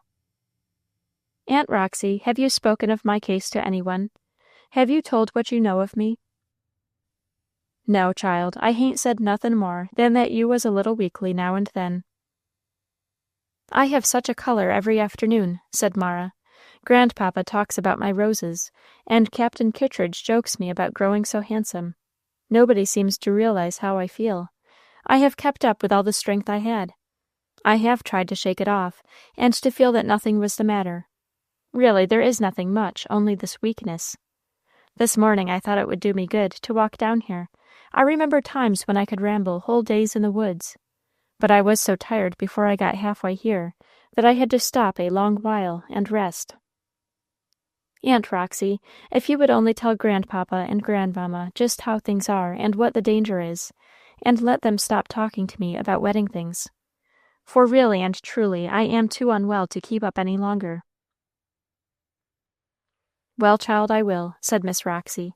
Your grandfather will be supported and hold you up, for he's one of the sort as has the secret of the Lord. I remember him of old. Why, the day your father and mother was buried, he stood up and sung Old China, and his face was wonderful to see. He seemed to be standin' with the world under his feet and heaven opening. He's a master Christian, your grandfather is. And now you just go and lie down in the little bedroom and rest you a bit, and by, in the cool of the afternoon, I'll walk along home with you. Miss Roxy opened the door of a little room, whose white fringy window curtains were blown inward by breezes from the blue sea, and laid the child down to rest on a clean, sweet-smelling bed with as deft and tender care as if she were not a bony, hard-visaged, angular female in a black mohair frisette. She stopped a moment wistfully before a little profile head, of a kind which resembles a black shadow on a white ground. That was Hitty, she said. Mara had often seen in the graveyard a mound inscribed to this young person, and heard traditionally of a young and pretty sister of Miss Roxy, who had died very many years before. But the grave was overgrown with blackberry vines, and gray moss had grown into the crevices of the slab which served for a tombstone. And never before that day had she heard Miss Roxy speak of her. Miss Roxy took down the little black object and handed it to Mara. You can't tell much by that, but she was a most beautiful creature. Well, it's all best as it is. Mara saw nothing but a little black shadow cast on white paper, yet she was affected by the perception how bright, how beautiful was the image and the memory of that seemingly stern, commonplace woman, and how of all that was in her mind's eye she saw and remembered, she could find no outward witness but this black block. So some day my friends will speak of me as a distant shadow, she said, as with a sigh she turned her head on the pillow. Miss Roxy shut the door gently as she went out, and betrayed the unwonted rush of softer feelings which had come over her, only by being more dictatorial and commanding than usual in her treatment of her sister, who was sitting in fidgety curiosity to know what could have been the subject of the private conference. "I s'pose Mara wanted to get some advice about makin' up her weddin' things," said Miss Ruey, with a sort of humble quiver, as Miss Roxy began ripping and tearing fiercely at her old straw bonnet, as if she really purposed its utter and immediate demolition. "No, she didn't neither," said Miss Roxy, fiercely. "I declare, Ruey, you are silly. Your head is always full of weddin's, weddin's, weddin's, nothin' else, from mornin' till night, and night till mornin'. I tell you there's other things have got to be thought of in this world besides weddin' clothes, and it would be well if people would think more o' gettin' their weddin' garments ready for the kingdom of heaven. That's what Mara's got to think of. For mark my words, Ruey, there is no marryin' and givin' in marriage for her in this world." "Why, bless me, Roxy, now you don't say so," said Miss Ruey. "Why, I knew she was kind o' weakly and ailin', but—" "Kind o' weakly and ailin'?" said Miss Roxy, taking up Miss Ruey's words in a tone of high disgust. "I should rather think she was, and more'n that, too. She's marked for death, and that before long, too. It may be that Moses Pennel'll never see her again. He never half knew what she was worth. Maybe he'll know when he's lost her. That's one comfort." "But," said Miss Ruey, "everybody has been a-sayin' what a beautiful color she was a-gettin' in her cheeks." "Color in her cheeks?" snorted Miss Roxy. "So does a rock maple get color in September and turn all scarlet, and what for? Why, the frost has been at it, and its time is out. That's what your bright colors stand for. Hain't you noticed that little gravestone cough? Just the faintest in the world, and it don't come from a cold, and it hangs on. I tell you, you can't cheat me. She's goin' jest as Mehitabel went, jest as Sally Ann Smith went, jest as Louisa Pearson went. I could count now on my fingers 20 girls that have gone that way. Nobody saw 'em goin' till they was gone." "Well, now, I don't think the old folks have the least idea on't," said Miss Ruey. "Only last Saturday Mis' Pennel was a-talkin' to me about the sheets and tablecloths she's got out a-bleachin', and she said that the weddin' dress was to be made over to Mis' Mosley's in Portland, 'cause Moses he's so particular about having things genteel." "Well, Master Moses'll jest have to give up his particular notions," said Miss Roxy, "and come down in the dust, like all the rest on us, when the Lord sends an east wind and withers our gourds. Moses Pennel's one of the sort that expects to drive all before him with a strong arm, and sech has to learn that things ain't to go as they please in the Lord's world. Sech always has to come to spots that they can't get over nor under nor round, to have their own way, but jest has to give right up square." "Well, Roxy," said Miss Ruey, "how does the poor little thing take it? Has she got reconciled?" "Reconciled! Ruey, how you do ask questions," said Miss Roxy, fiercely pulling a bandana silk handkerchief out of her pocket, with which she wiped her eyes in a defiant manner. "Reconciled? It's easy enough to talk, Ruey, but how would you like it when everything was going smooth and playin' into your hands, and all the world smooth and shiny, to be took short up? I guess you wouldn't be reconciled, that's what I guess." "Dear me, Roxy, who said I should?" said Miss Ruey. "I wouldn't blamin' the poor child, not a grain." "Well, who said you was, Ruey?" answered Miss Roxy in the same high key. "You needn't take my head off," said Aunt Ruey, roused as much as her adipose, comfortable nature could be. "You've been a-talkin' at me ever since you came in from the sink-room as if I was to blame, and snappin' at me as if I hadn't a right to ask civil questions, and I won't stan' it," said Miss Ruey. "And while I'm about it, I'll say that you always have snubbed me, and contradicted and ordered me around. I won't bear it no longer." "Come, Ruey, don't make a fool of yourself at your time of life," said Miss Roxy. "Things is bad enough in this world without two lone sisters and church members turnin' agin each other. You must take me as I am, Ruey. My bark's worse than my bite, as you know." Miss Ruey sank back pacified into her usual state of pillowy dependence. It was so much easier to be good-natured than to contend. As for Miss Roxy, if you have ever carefully examined a chestnut burr, you will remember that, hard as it is to handle, no plush of downiest texture can exceed the satin smoothness of the fibers which line its heart. There are a class of people in New England who betray the uprising of the softer feelings of our nature only by an increase of outward asperity, A sort of bashfulness and shyness leaves them no power of expression for these unwanted guests of the heart. They hurry them into inner chambers and slam the doors upon them, as if they were vexed at their appearance. Now, if poor Miss Roxy had been like you, my dear young lady, if her soul had been encased in a round, rosy, and comely body, and looked out of tender blue eyes shaded by golden hair, probably the grief and love she felt would have shown themselves only in bursts of feeling most graceful to see, and engaging the sympathy of all. But this same soul, imprisoned in a dry, angular body, stiff and old, and looking out under beetling eyebrows, over withered high cheekbones, could only utter itself by a passionate tempest, unlovely utterance of a lovely impulse, dear only to him who sees with a father's heart the real beauty of spirits. It is our firm faith that bright solemn angels in celestial watchings were frequent guests in the homely room of the two sisters, and that passing by all accidents of age and poverty, withered skins, bony features, and grotesque movements and shabby clothing, they saw more real beauty there than in many a scented boudoir where seeming angels smile in lace and satin. "Ruey," said Miss Roxy, in a more composed voice, while her hard, bony hands still trembled with excitement, "this air's been on my mind a good while. I hain't said nothin' to nobody, but I've seen it a comin'. I always thought that child wa'n't for a long life. Lives is run in different lengths, and nobody can say what's the matter with some folks, only that their threads run out. There's more on one spool and less on another. I thought when